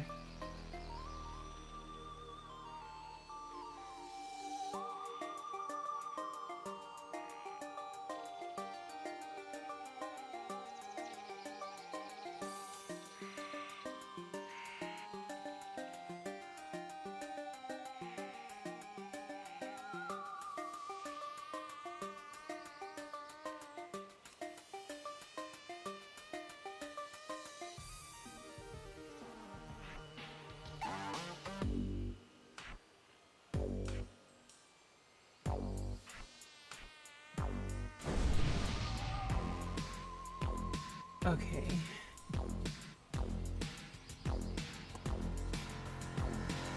Yeah, so like after I use it, then just 7 and have my mouse to the right. Just like that. I need to switch to shield to the left. Left and 7. Right and 7. Left 7. Right 7. Okay. And, you know, if I just need to do a standalone stance, but the macros should be good enough. But like switching back after the macros, that's the main reason. Okay. Okay, now I go back. Go some more questing. We need to sequester some questing. Okay, so now I think automatically ranks them up.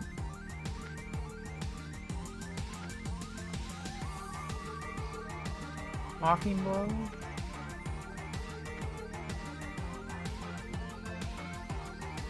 Okay, so this is...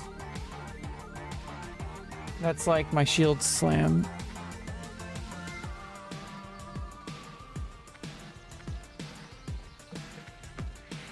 Yeah, that's my taunt. Without having to go to defensive stance. So I effectively have 2 taunts as an arms warrior. So using Mocking Blow is my normal one. I might need to make a mouse over macro version for that, for click. So I can just go over here and click.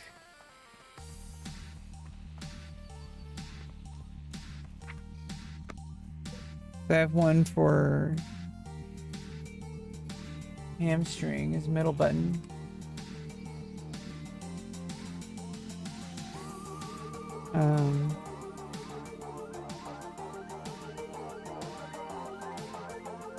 I technically don't need to use the click, but shift right click most likely. But I need to make a mouse over macro. That also puts me in a battle stance in case I'm in berserker stance later on.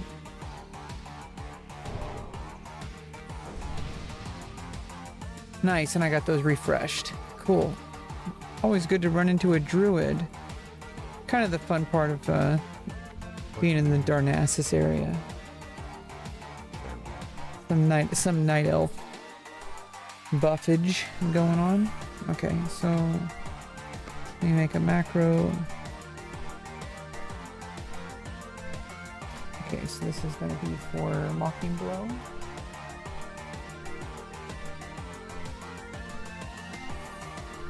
Mockingbird. Okay,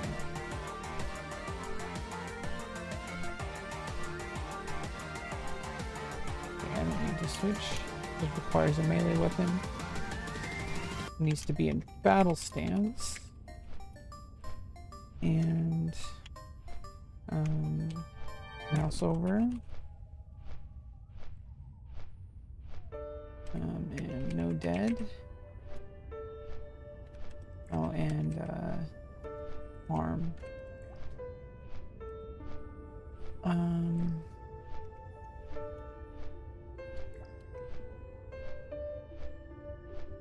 Mocking Blow.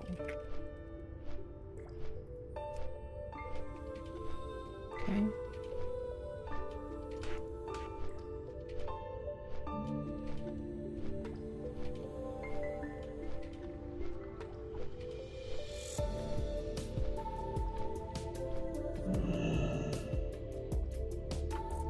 I don't know if spaces matter or don't matter, but I'm just going to do that. Okay. Because now I can mouse over it.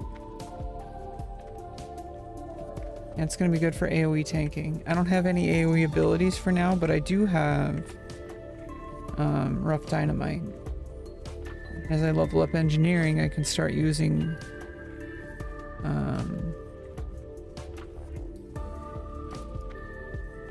stun, like iron grenades, the stun, and also get generate AoE threat. Not exactly sure how that works. too much, but we'll see as time goes on. And there's also, I mean, training dummies for like survival. Saves time, saves headaches, makes people like you better.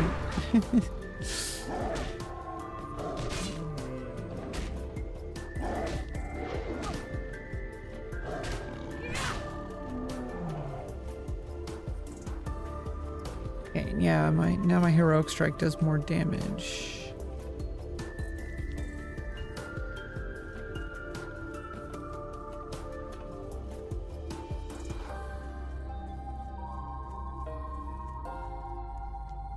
And now I have a shield block, but I don't have a shield to swap to.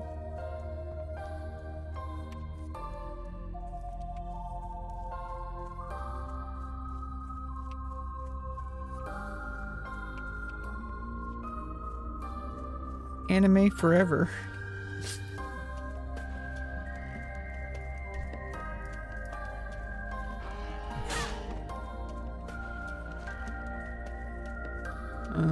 Okay, I need to...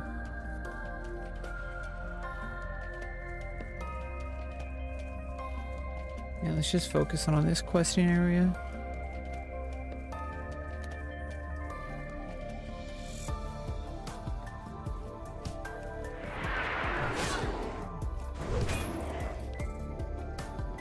Okay, and it's a 2-minute cooldown.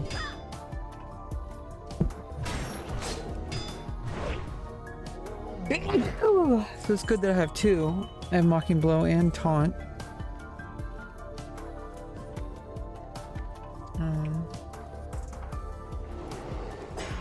Yeah, and I can just macro that.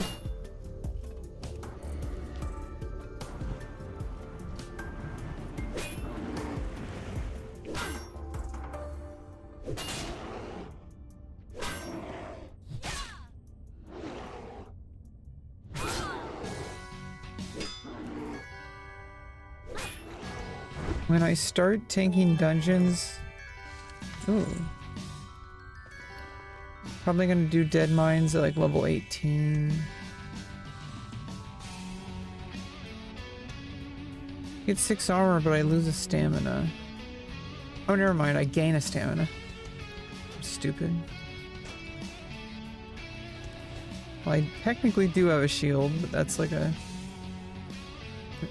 gray.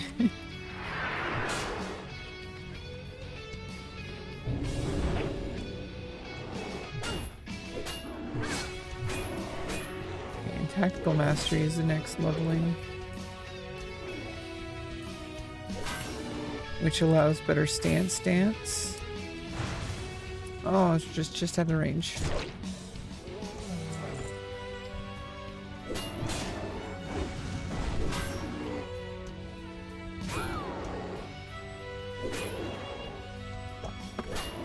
Because that fairy fire is brutal.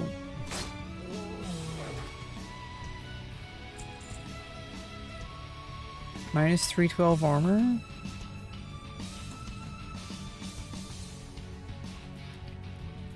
Some rabid thistleboar.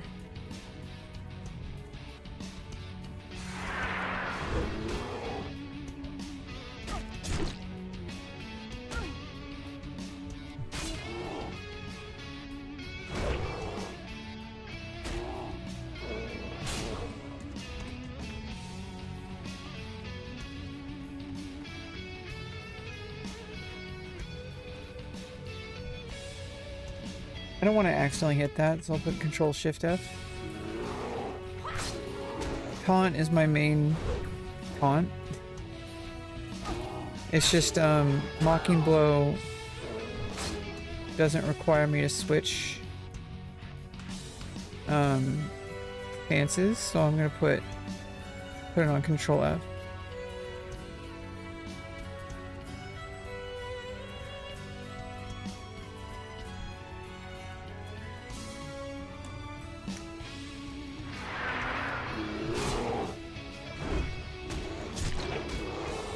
Let's watch here.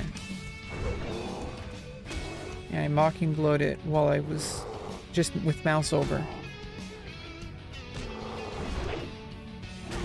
Do I have hamstrings set to mouse over?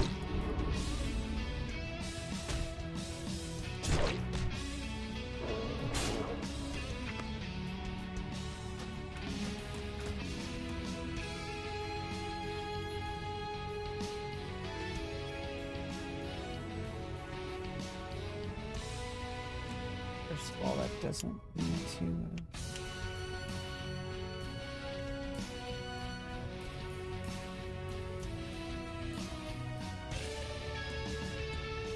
Yeah.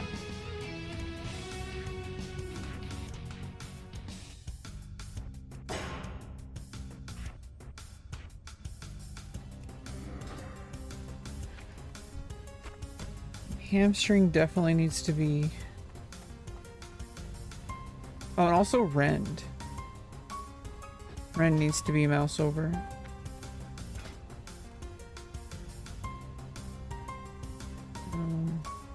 It also requires battle stance, so I'm going to...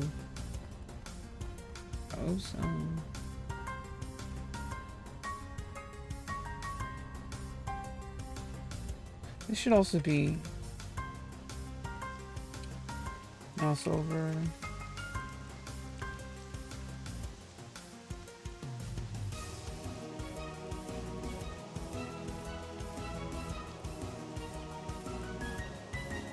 Okay,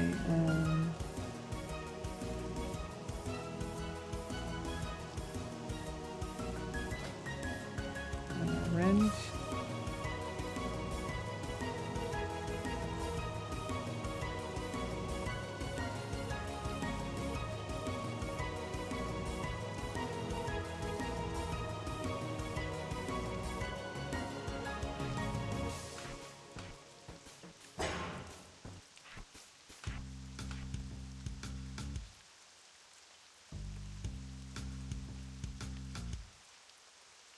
Rend should also be mouse over.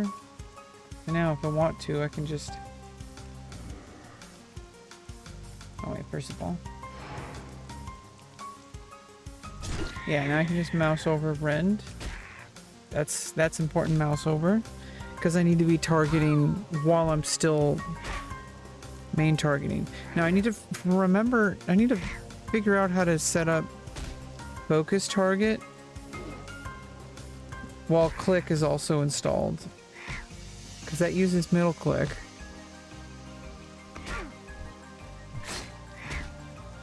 But like how to do LVY focus target, so it's like wow, LVY command line focus target. Is there a command line for it?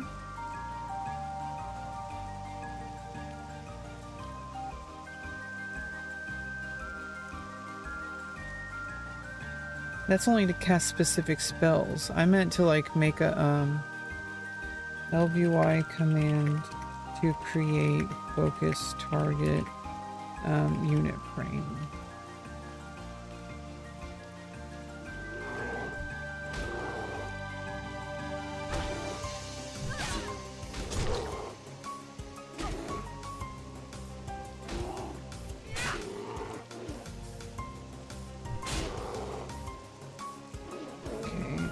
I guess focus and clear focus. I guess I can just set a macro to do to slash start attack against the focus target, and I can like set focus with middle click. Focus. There's focus, and then target equals focus.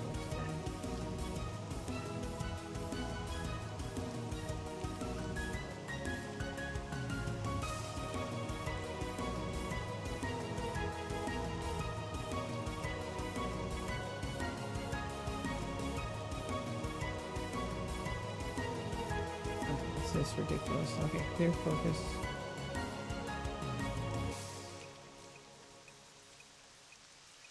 Focus. Nice. So,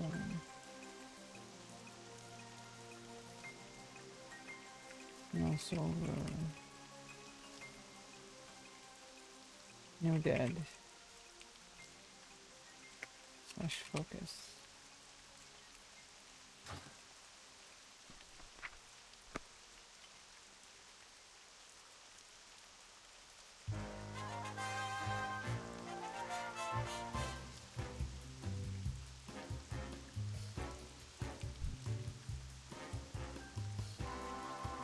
And the problem with that, it's not working.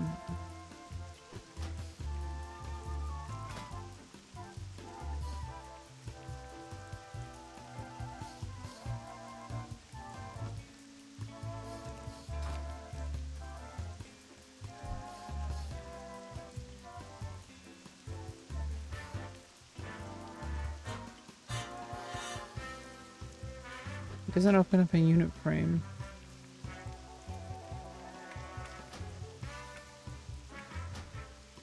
And instead of middle click, because middle click does auto run.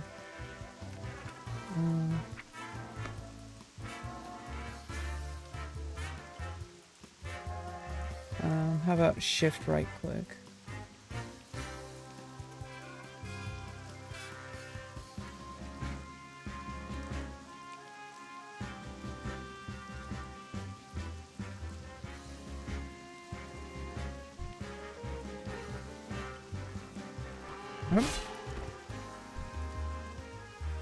I got rabies.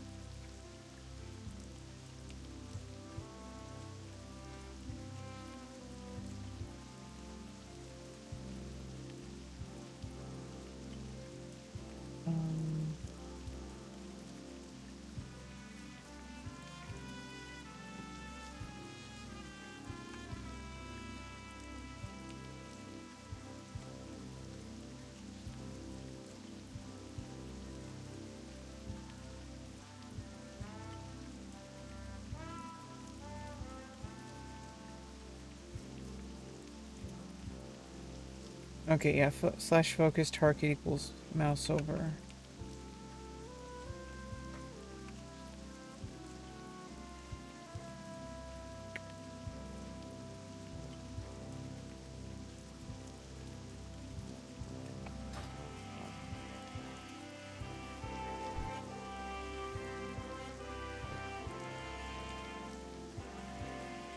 But isn't it supposed to pop up a unit frame? Because it did before when I wasn't using click for LVY.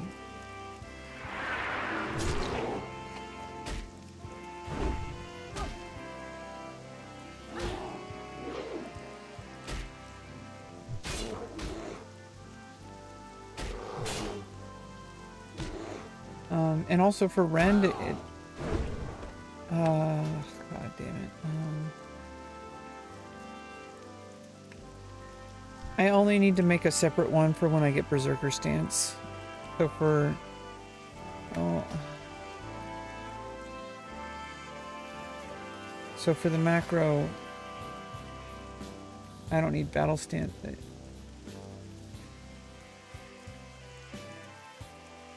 Yeah, it's just for mouse over. But, oh.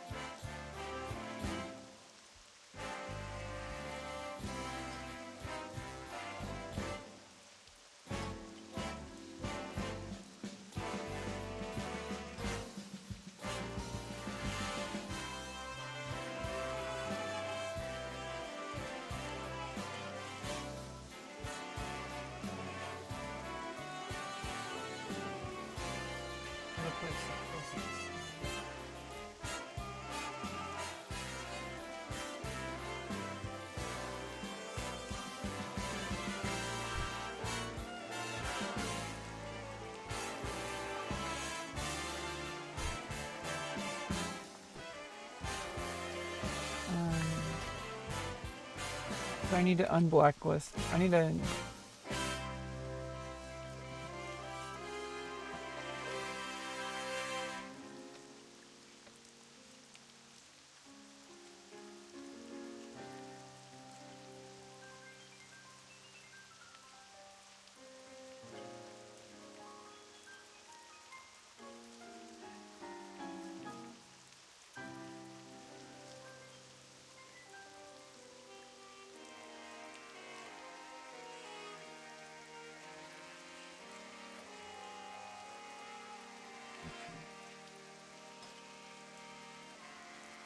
Get my list.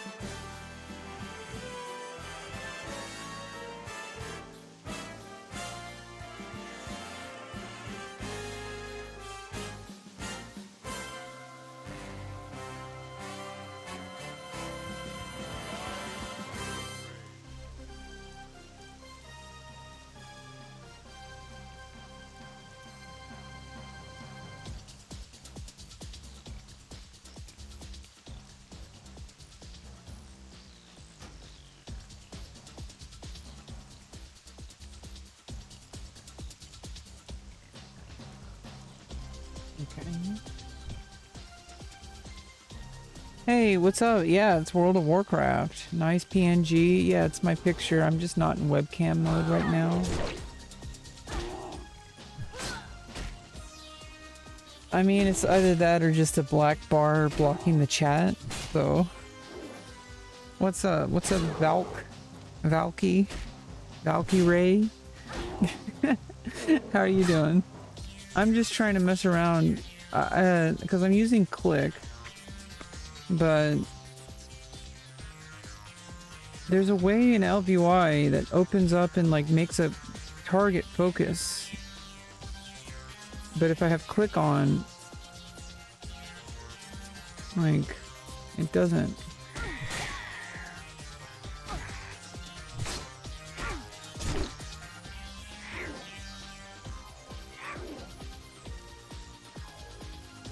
Rise from your grave.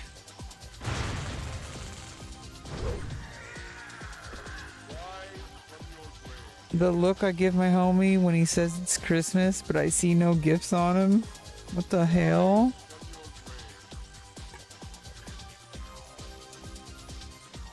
Merry Christmas, like, you motherfucker. You don't have any Christmas presents? What the fuck? Yeah, I don't know what's going on. LVY, Millclick. They are not blacklisted in Click. Which ones are these all blacklisted? Or are they all not blacklisted? That's the question. It's the frame deny list. The panel allows you to deny certain frames from being included for click finding.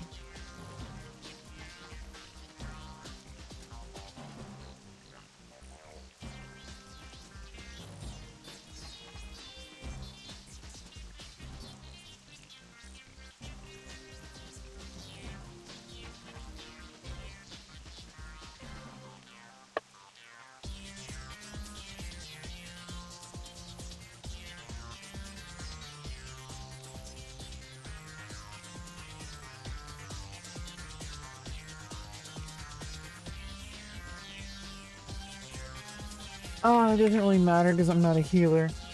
Oh, I am on my paladin though, and I would like to be able to create a frame that's always open for. I don't know. It's like I can just do mouse over. So I mean, it's really for like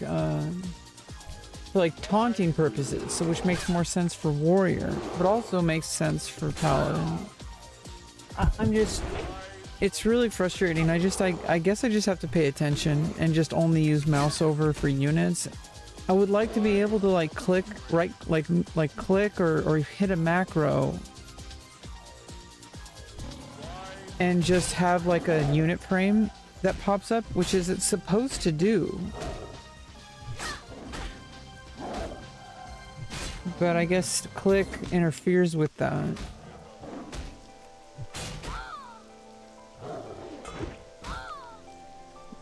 LVY has an option where, ooh, nice. LVY has an option where you middle click sets focus.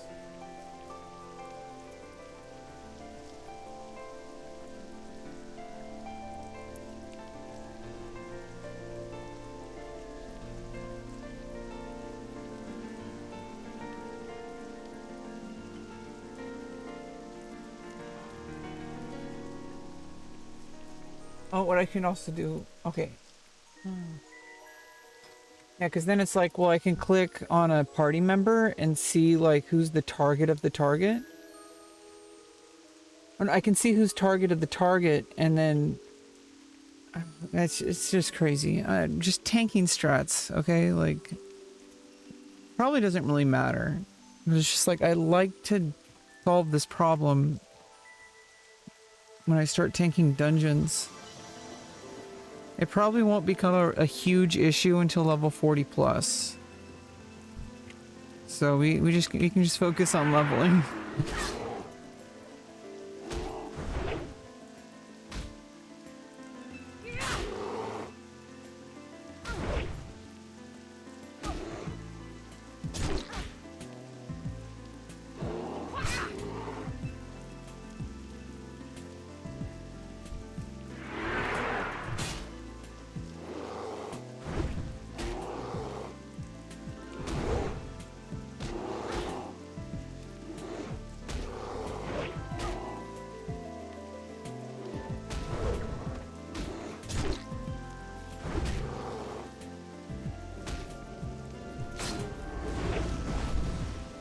Yeah, all this nerdy talk.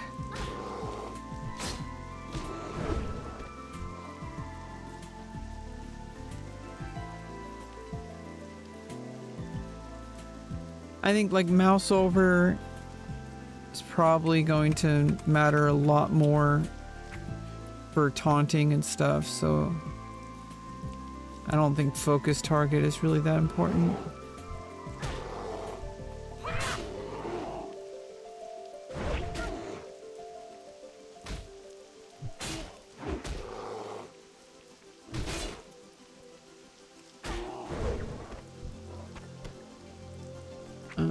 I do think that, okay, so control click, but then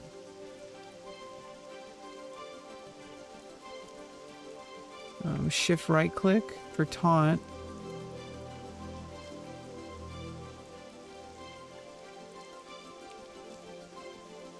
Oh, no. For stance taunt.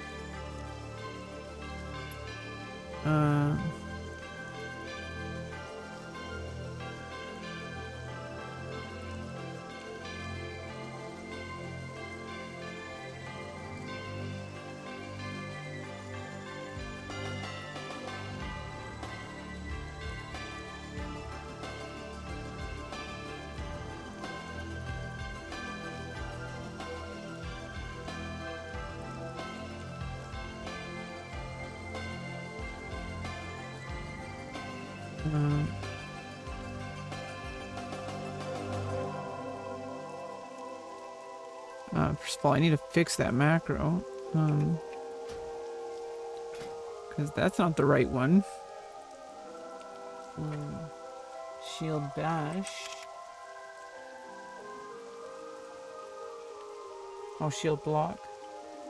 Oh, it is shield block. No, that's the wrong one. Shield. That's not the ability. Shield. It's shield bash.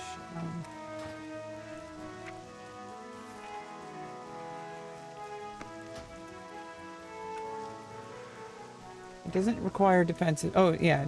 Okay, so it's only need a macro when I'm in berserker stance. Okay, but yeah, shield bash. And I need to do it at mouse over, no dead.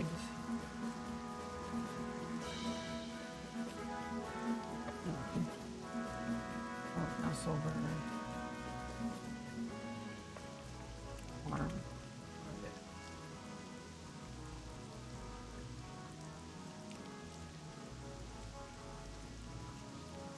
Yeah, it doesn't matter. Okay. And tooltip for shield bash.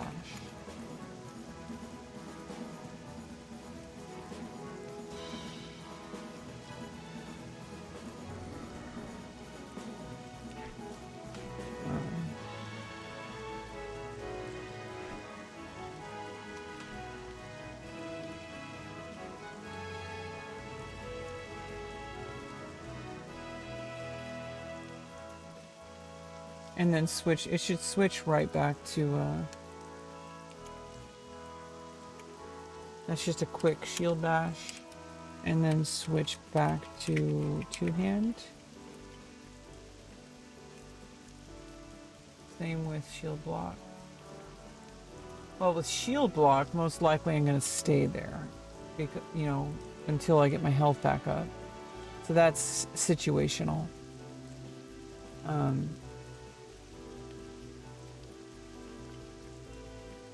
And I'll just switch back manually.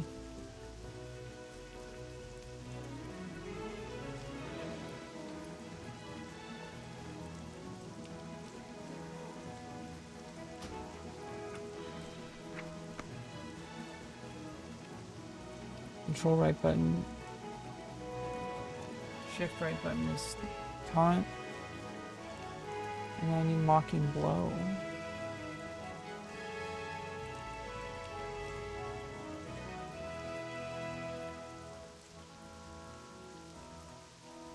How come Mocking Blow isn't listed here?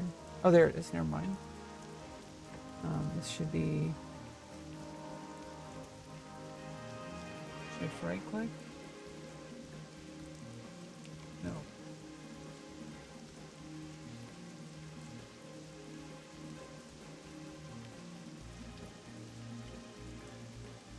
Yeah, alt right click.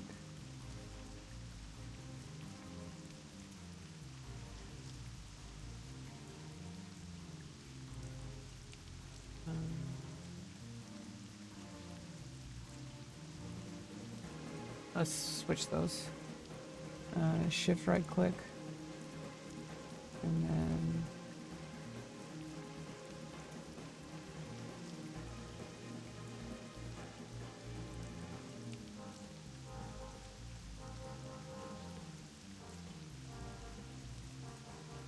alt right click.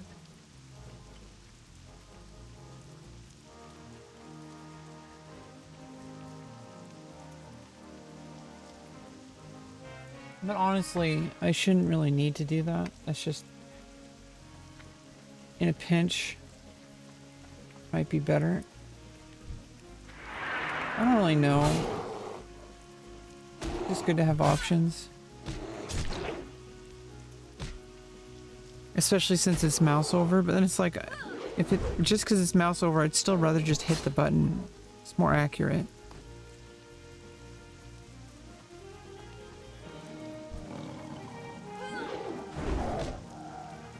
It's like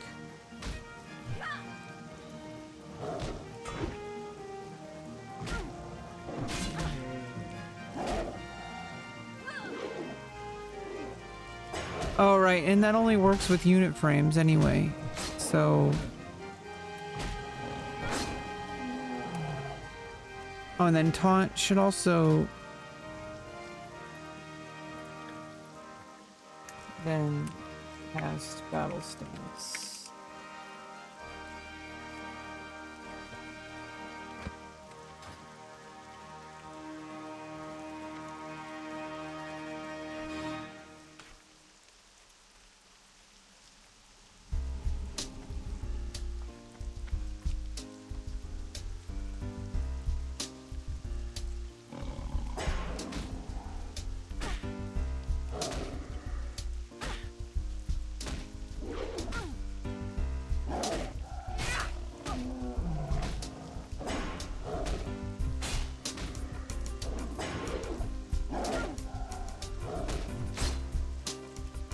Yeah, okay.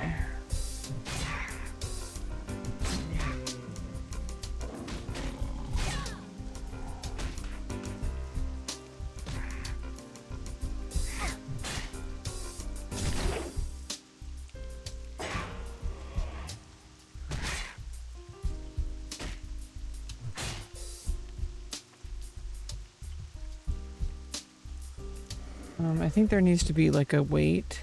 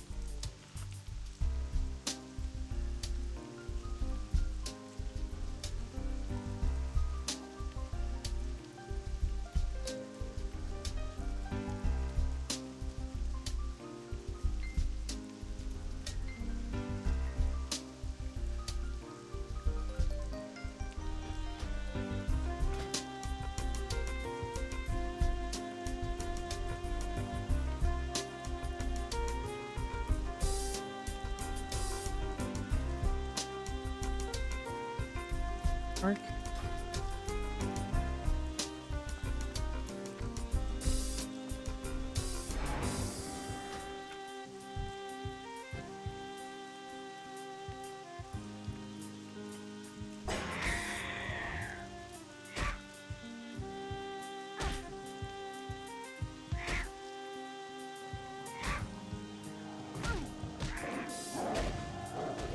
Yeah, that's not it.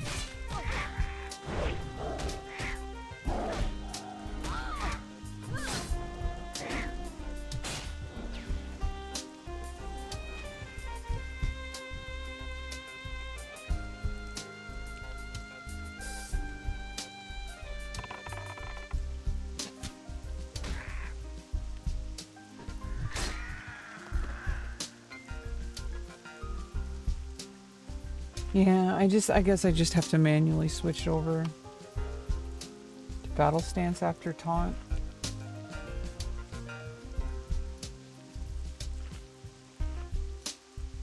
It can't be used for casting abilities or spells. Okay.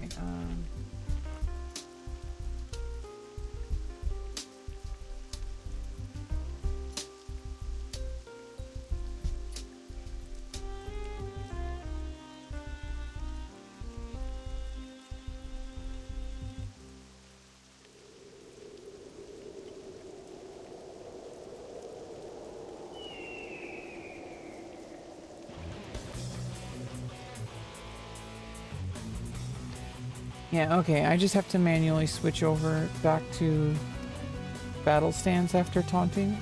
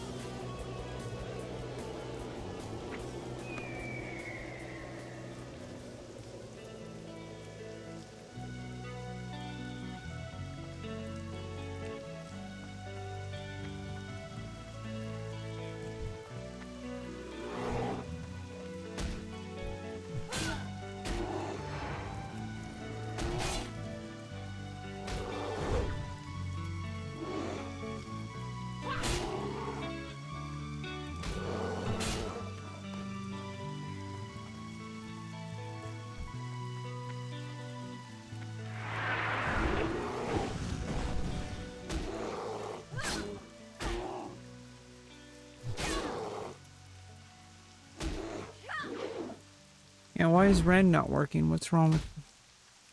Oh, it only does over mouse over. What the fuck? What is with that?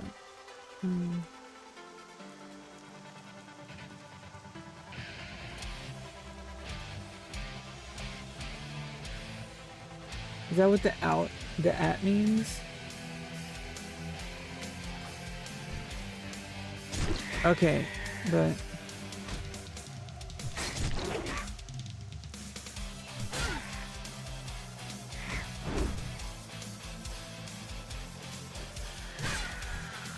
I need to have a separate target for that to work. Okay, now does hovercast still work? Okay, no, that did it on that one.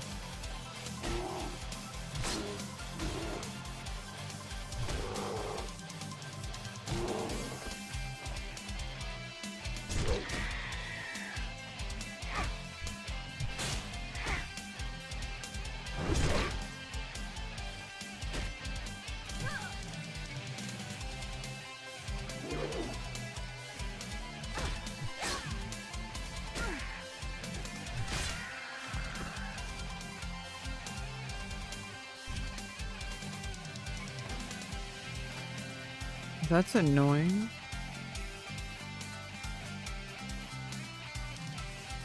But I guess you can't have both.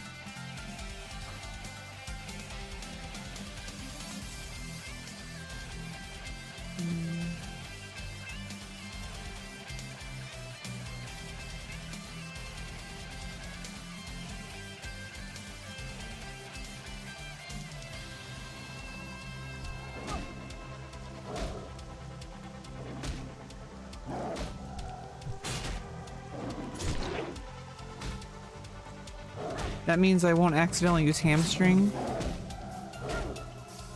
on the target I'm on. That means if I want to use it, I have to mouse over. Well, what I can do is I can use the unit frames if I want to be really accurate. Like left click and then do it over the unit frame. If I want to be super accurate. Like left click first so I don't accidentally hit, like start attacking something. Or so I don't use it on the wrong mob. So like what if I was doing...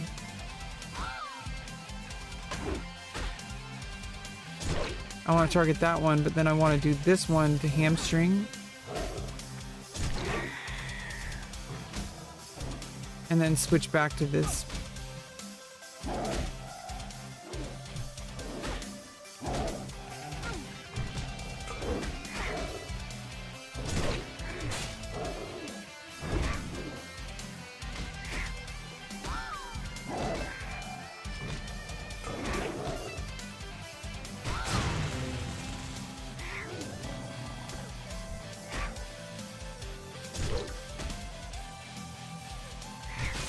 Yeah, so that's okay. I just have to use my mouse for those. I think in the long run that's better because if I'm going to be doing AoE tanking, I need to be able to rend, and also I just need to be able to rend multiple targets without tabbing through. I can then just like run up to, you know, have a mob that's near me and just... And then like while I'm meleeing, rend this other target, and I'm still focused on the same target. I don't have to tab through.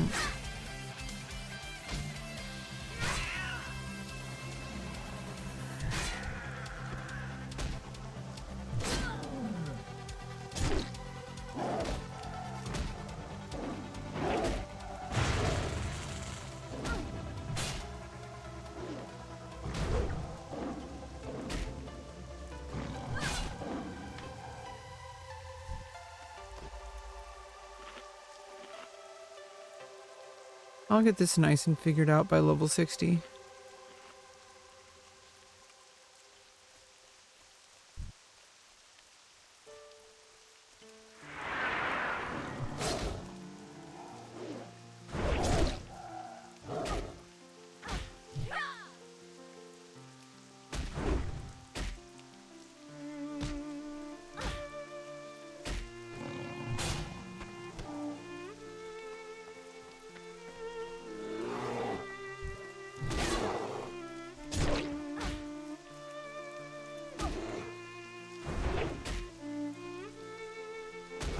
just have to get in the habit of any time that I use rend, I have to make sure I'm not hovering over a different monster by habit. I have to go, if I'm gonna be only single targeting, I should just always click on the unit frame, like rend or hamstring.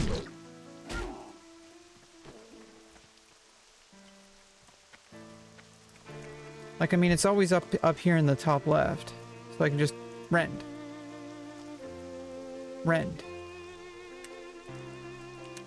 Like this. Hamstring, hamstring, hamstring. Rend, rend, rend. Yeah, I just have to have that habit for single targets. Because when I'm AoE and I want to make sure that I only do it on the specific targets. I don't want to accidentally do it on the wrong mob or add a mob. Even though I'd have to be in melee range anyway, it's not a good habit. I need to preserve my rage.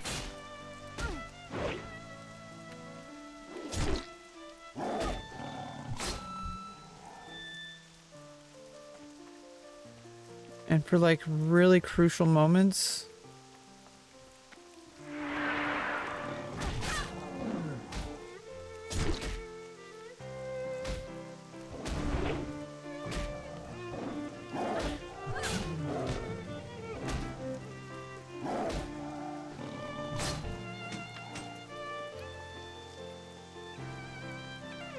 Oh, well, that's a pretty decent shield.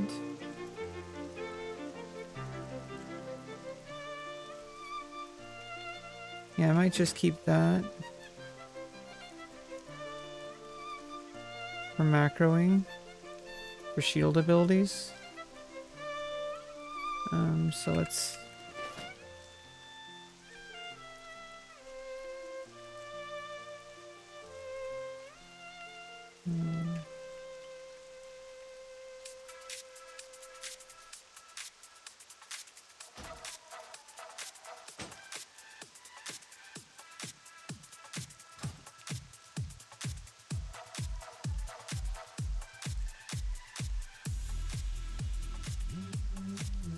yeah, so...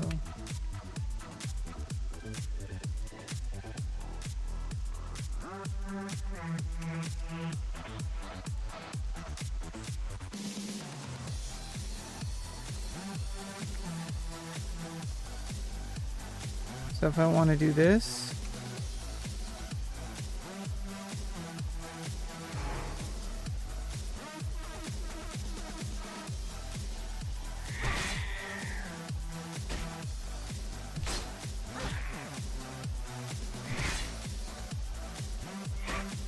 and rage. Do I not have it switched to shield?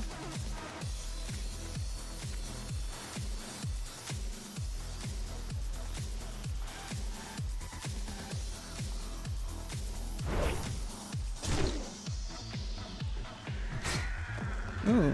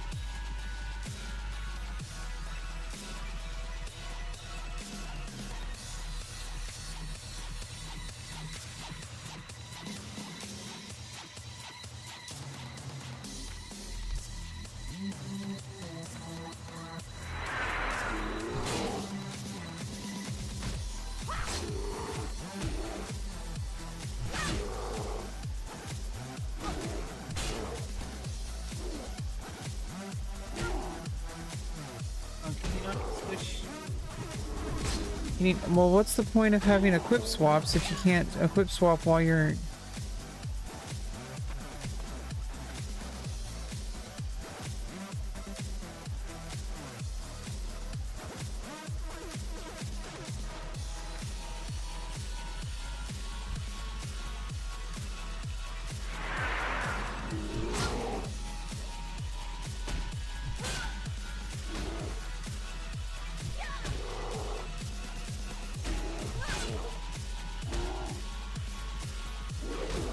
I guess you have to do it before a situation, so I would not be able to just use this. It's situational. Okay.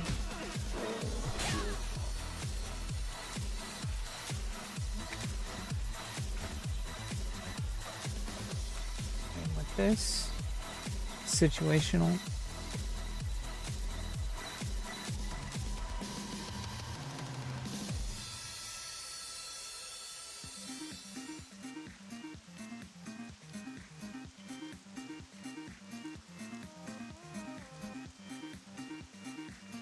So I wouldn't need to macro that.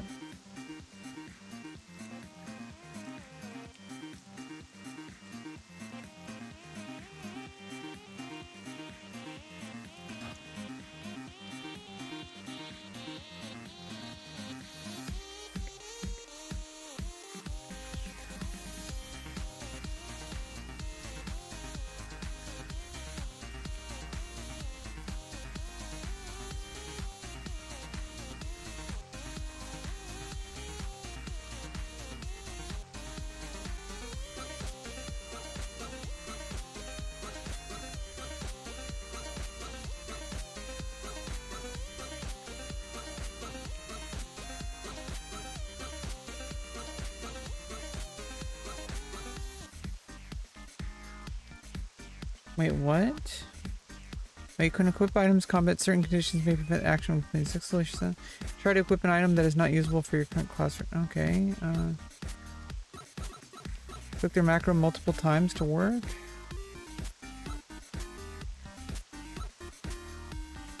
I mean, so you should be able to do it.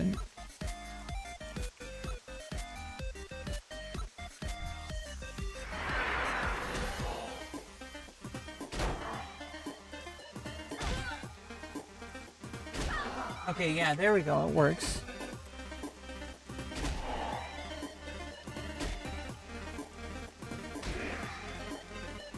No, it doesn't.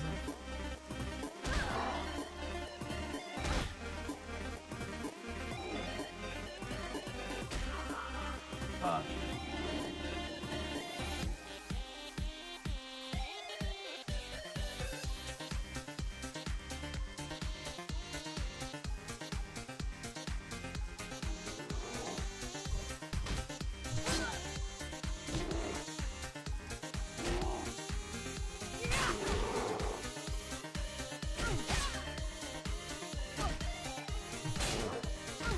That's weird.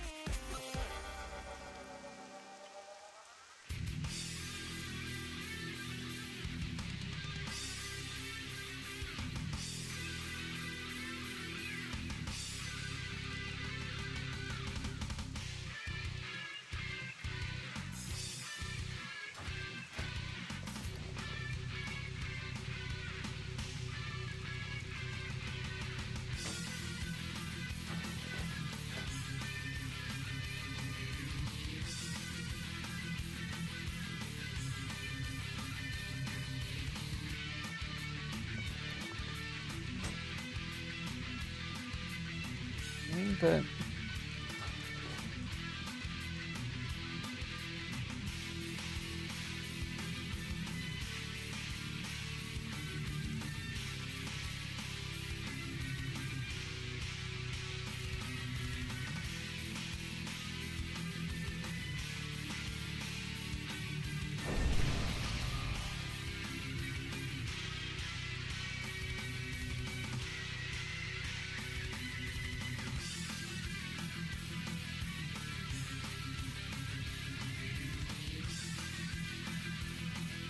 okay, so if I'm engaged in an action like okay, so I'm guessing, okay, let's see, if I'm attacking, I have to cancel and then switch.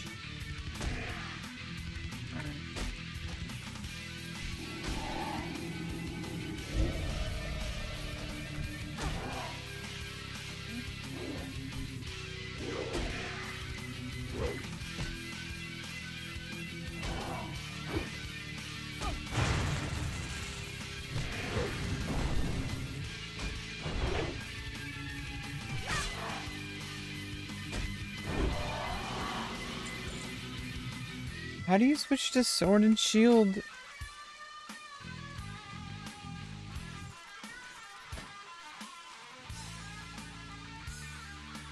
During combat?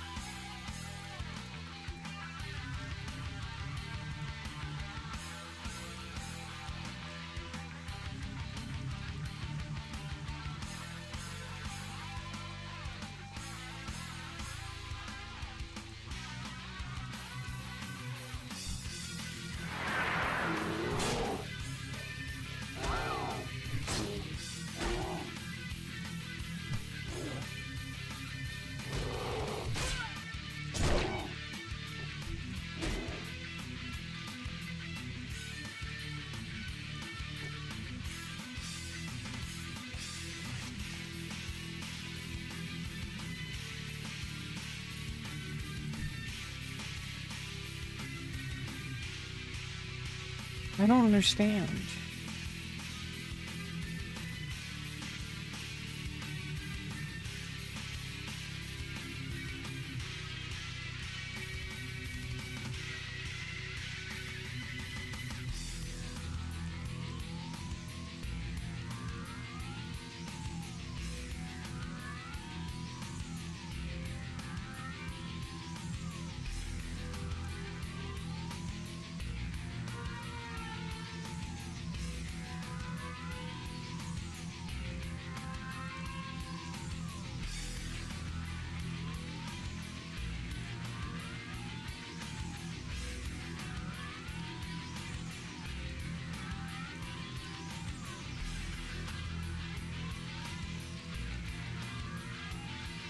Okay.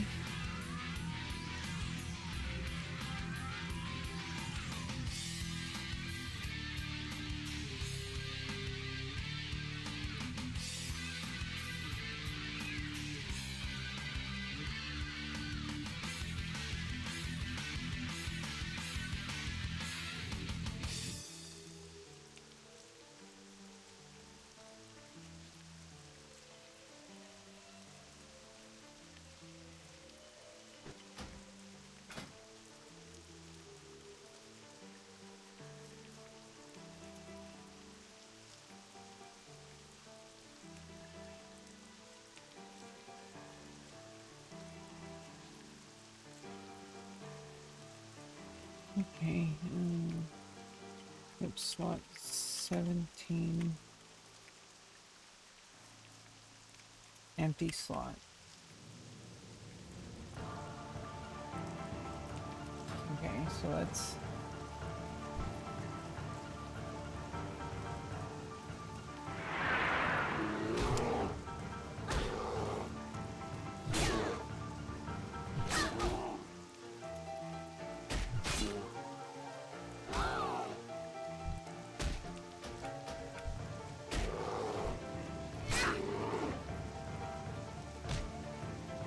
I'm really confused.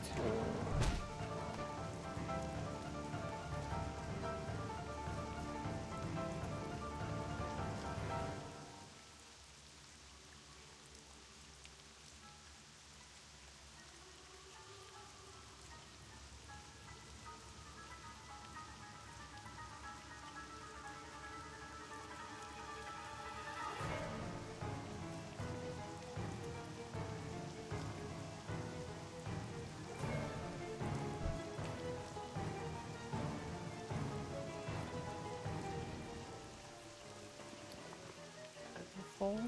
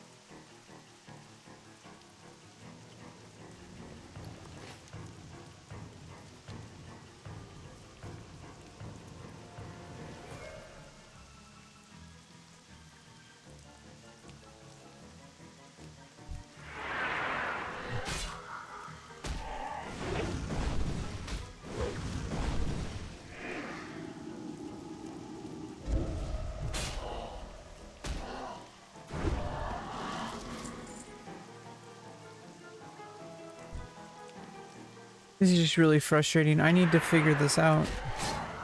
It's crucial. People supposedly are able to equip. Do I also... It's just... Will it not work if I need to unequip weapon? I need to, like, swap to a one-handed, so I need to get a one-handed sword or something. Try. I just don't have a one-handed weapon. I could try... Oh, there's a one-handed.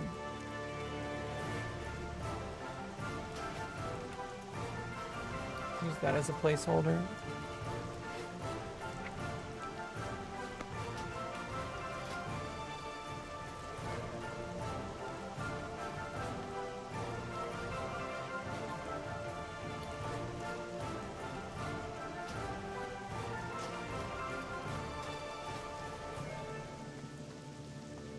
You need to like level up maces anyway.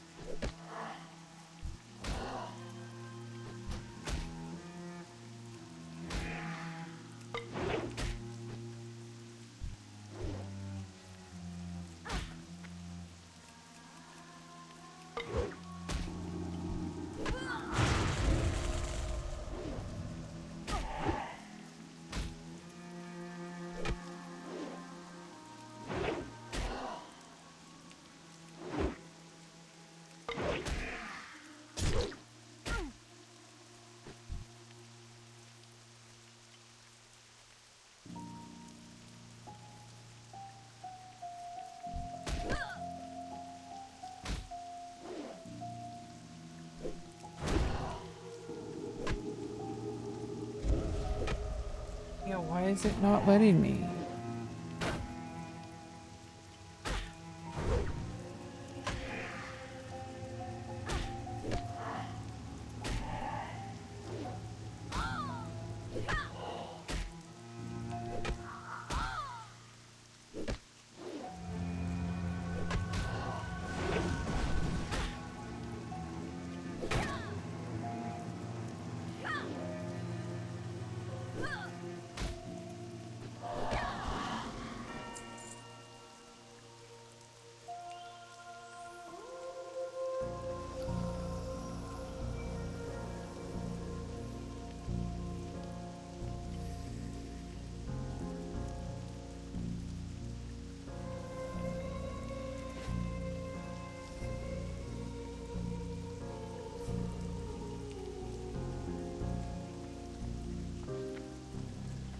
Ishnu Allah.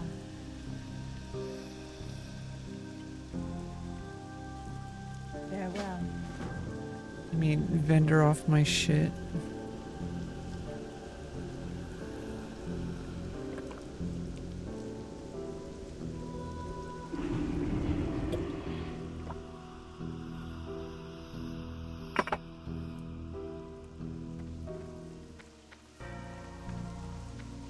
Ishnu Allah.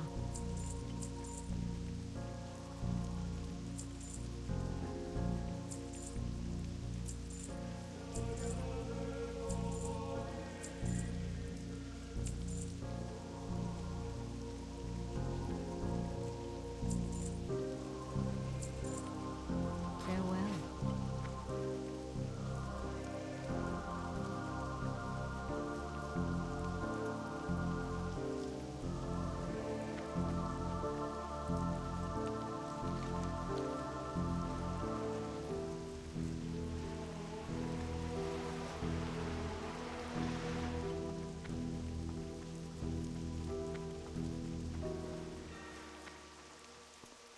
I mean, this is all fine. This is the time to be figuring when you're soloing and not in the middle of a fucking dungeon. Like, oh, I thought I could just macro to shield. I am honored. But all the searches, I mean, it's supposed to be a complete like strat. A full-on mechanic is that you should be able to switch on the fly to sword and shield.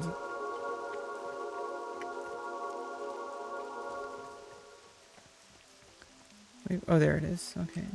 Ishnu Allah, goddess watch over you. Be careful. Prepare for the bloodshed. I'm not high enough level yet.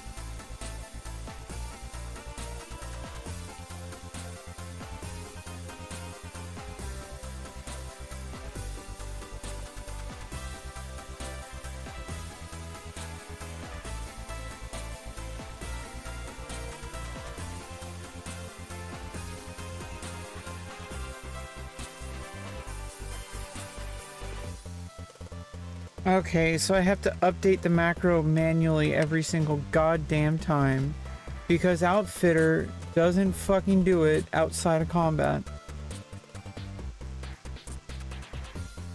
The whole purpose I got Outfitter.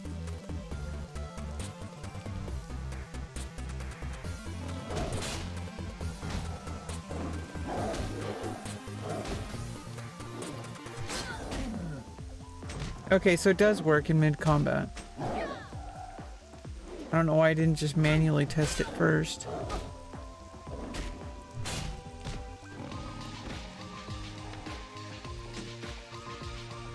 And what I need to do also is put it into specific item slots, bag slots.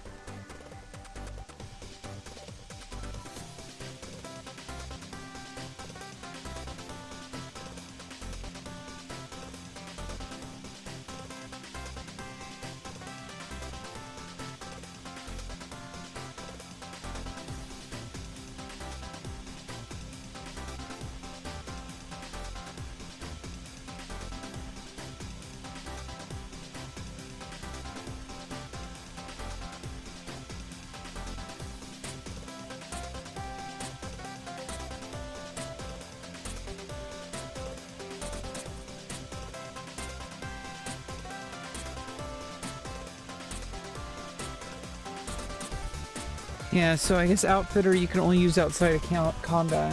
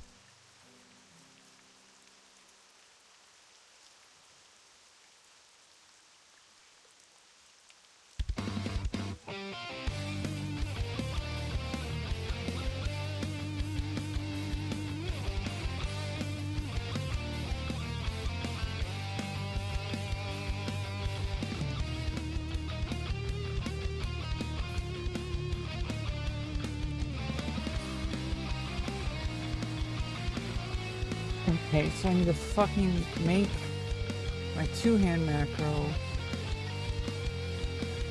Can't be using Outfitter. Outfitter is only for like... I can use Outfitter for static gear swap for like gear set. Like if I'm gonna have a tanking set. And this will be decided like in between battle rather than on the fly. Although even then it's like still better to make an actual macro.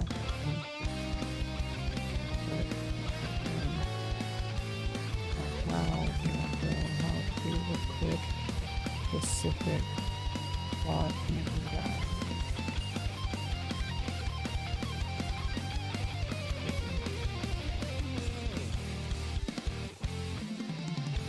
First slot of your backpack. Okay, so bag 0.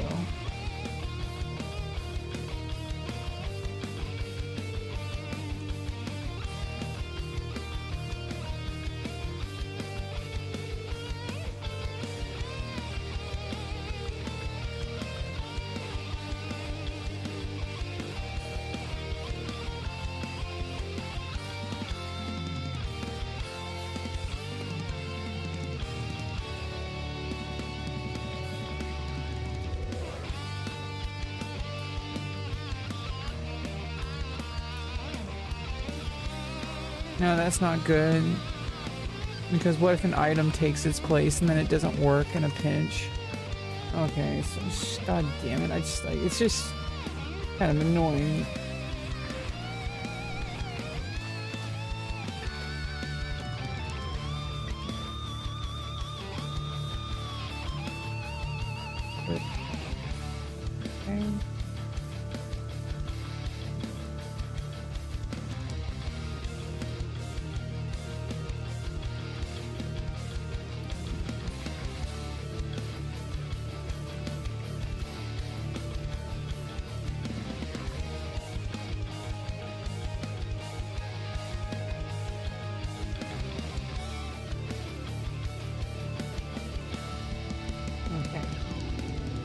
Now that should work.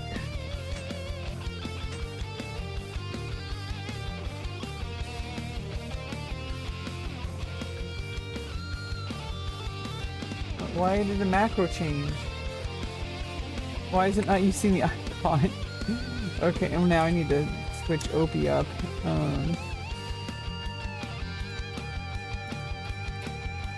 To use the... Now I have to switch to this again. I like the frickin' icon I already picked. But I don't remember where it is. What's the icon name?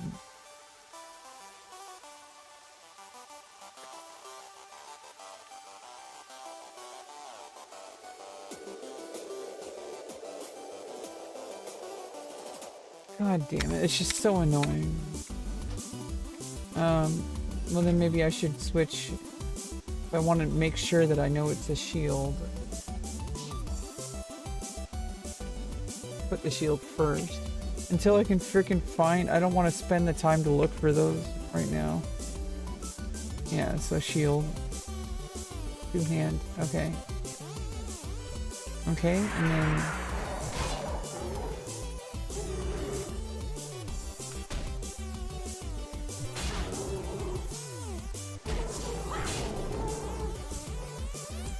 Oh! Because it's in the macro itself. Okay, god damn it.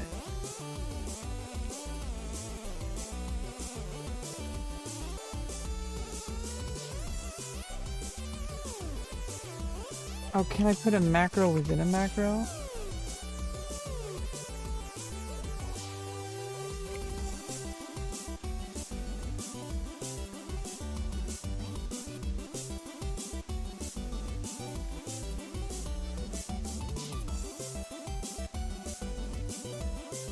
Okay, good.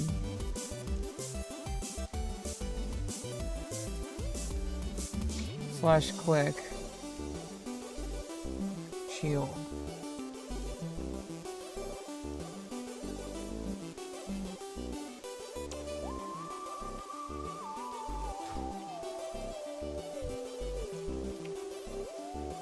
Let's have a shield equipped.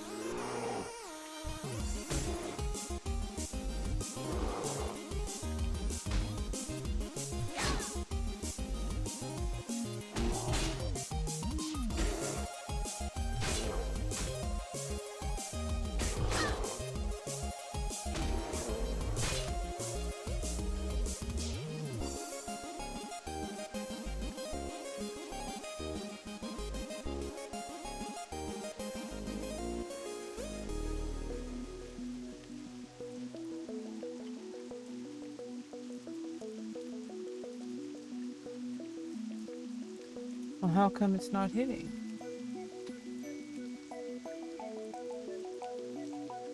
Do I have to do click? Okay, let's click Rebecca smash shield.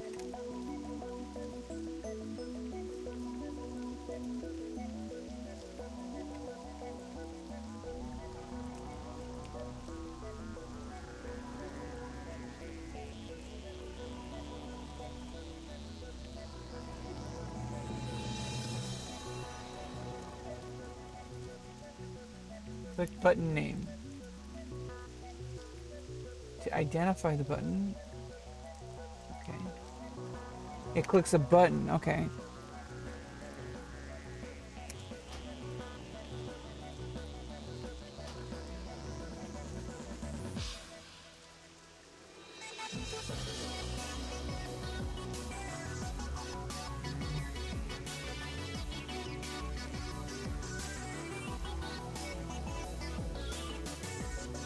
And then I have to... Oh god. Okay, I have to actually look at what action button that is. bar 2, okay. Then it's 1, 2, 3, 4, 5, 6, 7. So 8 and 9. 9 is shield. Okay, so click 9. Click 2, 9. Action button 2.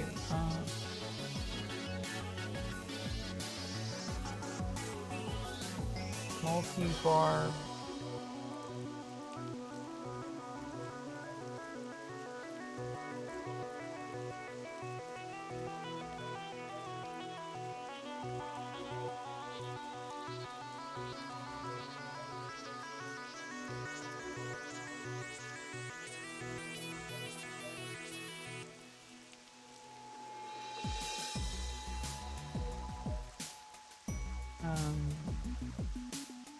Action bar 2. So multi-bar bottom left button.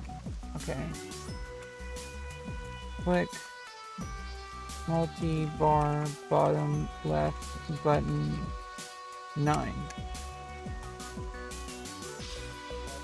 Fuck.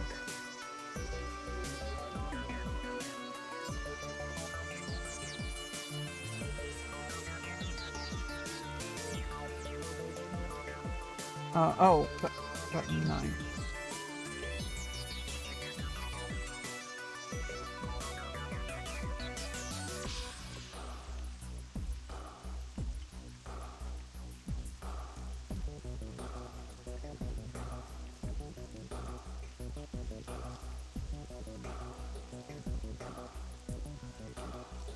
Really?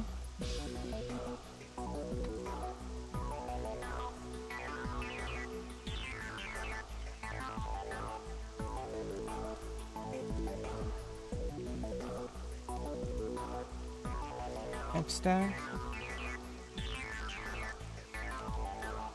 Oh shit.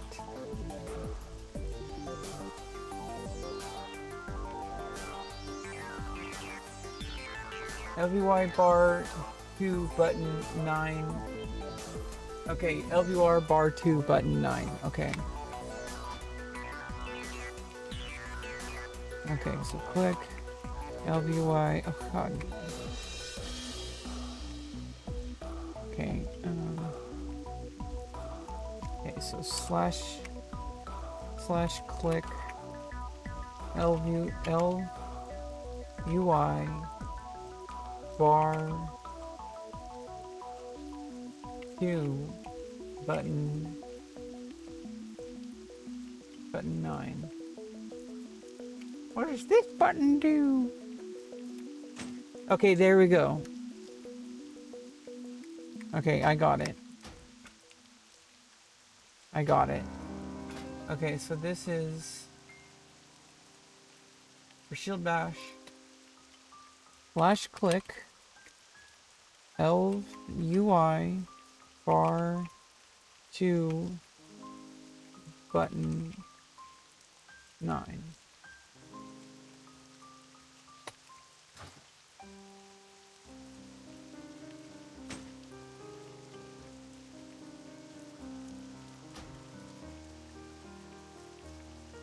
God damn it.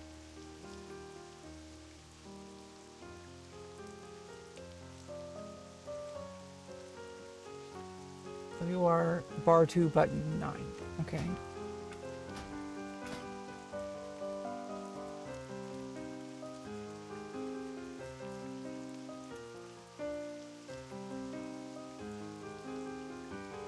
Bar 2 button 9.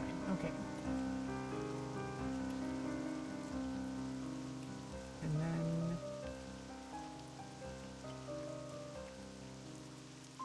can I just immediately switch back to 8? Okay, god damn it.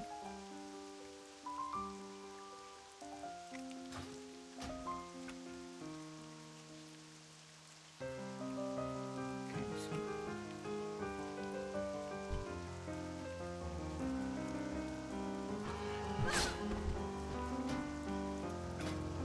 oh. Oh, I forgot there's an underscore.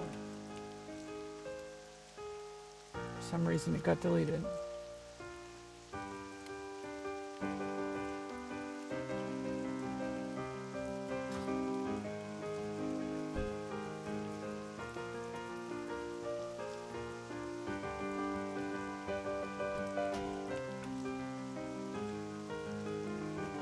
Oh, did I not do click? LVY, bar 2, button 9.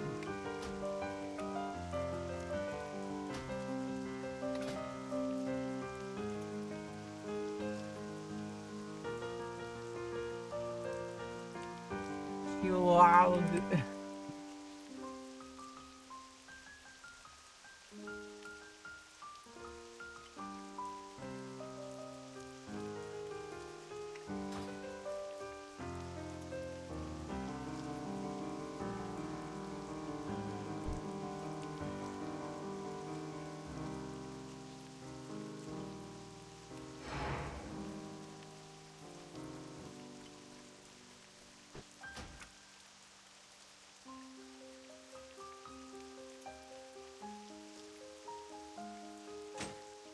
Yeah, so that worked when I typed it.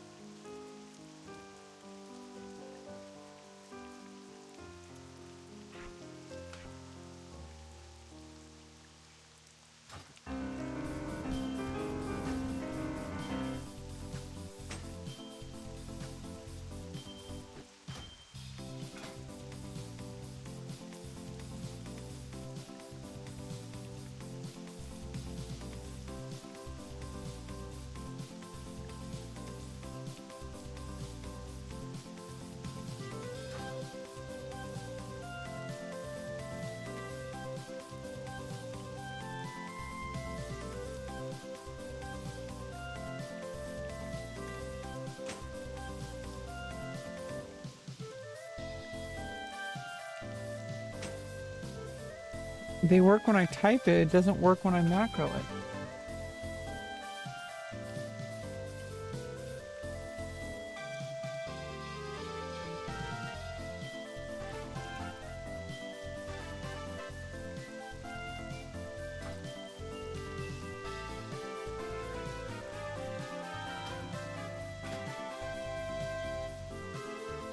Does the show tooltip mess it up?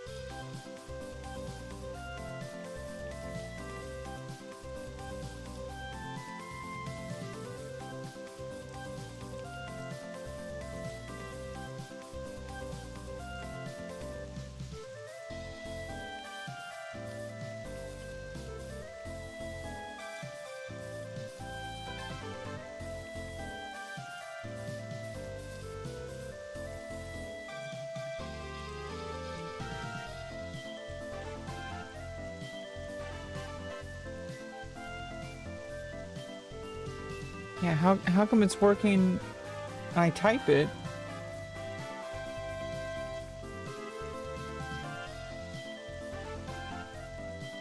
Oh shit, I can't do it within a macro? Oh, god damn it. It's fucked.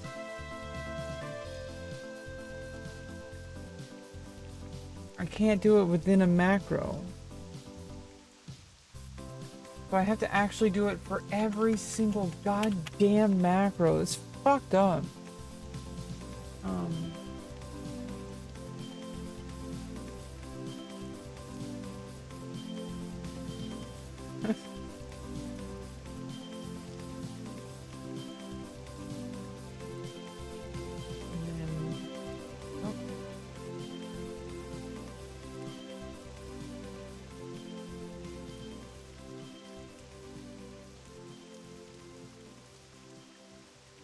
So I gotta change it every single time. Okay, so it works now.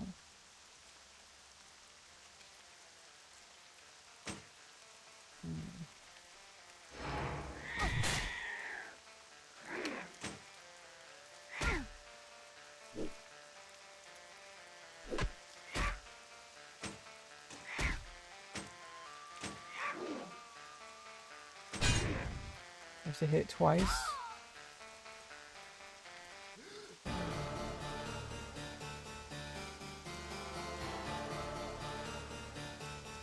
Things run the fuck away. Jeez.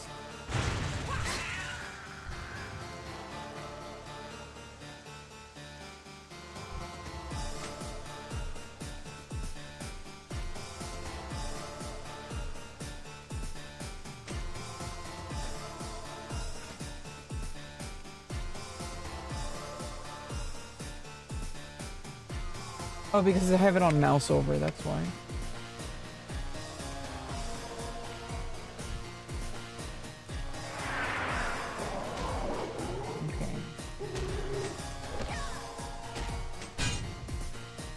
Okay, that works.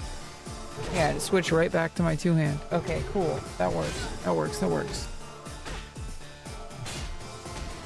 Now for shield block, I'm gonna have to manually do that. Because, I mean, I probably want to stay on shield until I get health. I probably don't want it to immediately go back. I'm gonna keep it there for 5 seconds. Okay, so...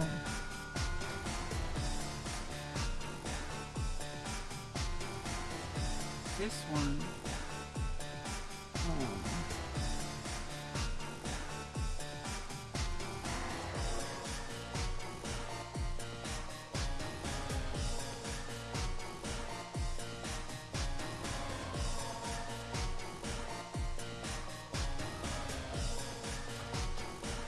You know, I just...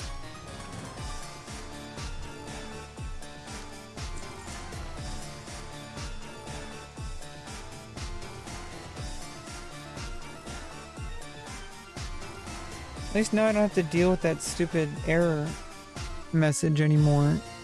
If I don't use Outfitter. I guess Outfitter is literally just for making outfits. Bullshit. Maybe I can look at the Lua at some point and fix it.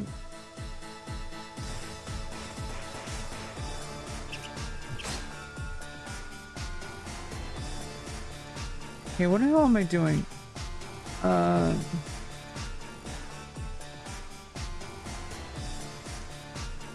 Should I finish this quest?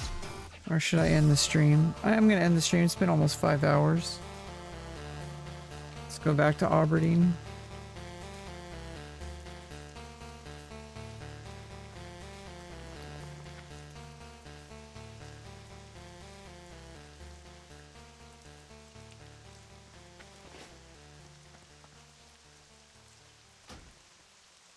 And then, you know, the fishing macro, just whip fishing pole.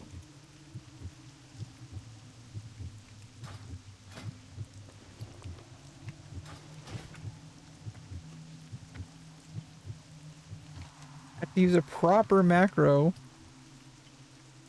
Like a loser.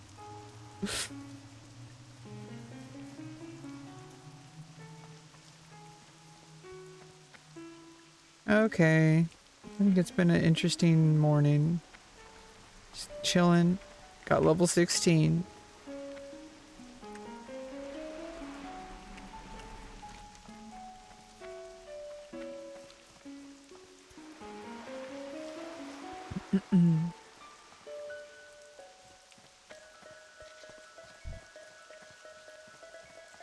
Okay.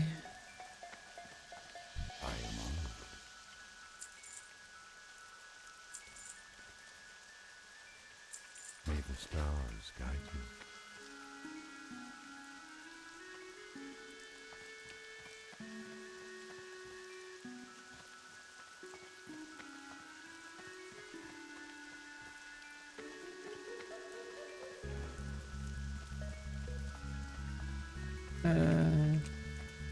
Yeah, next time.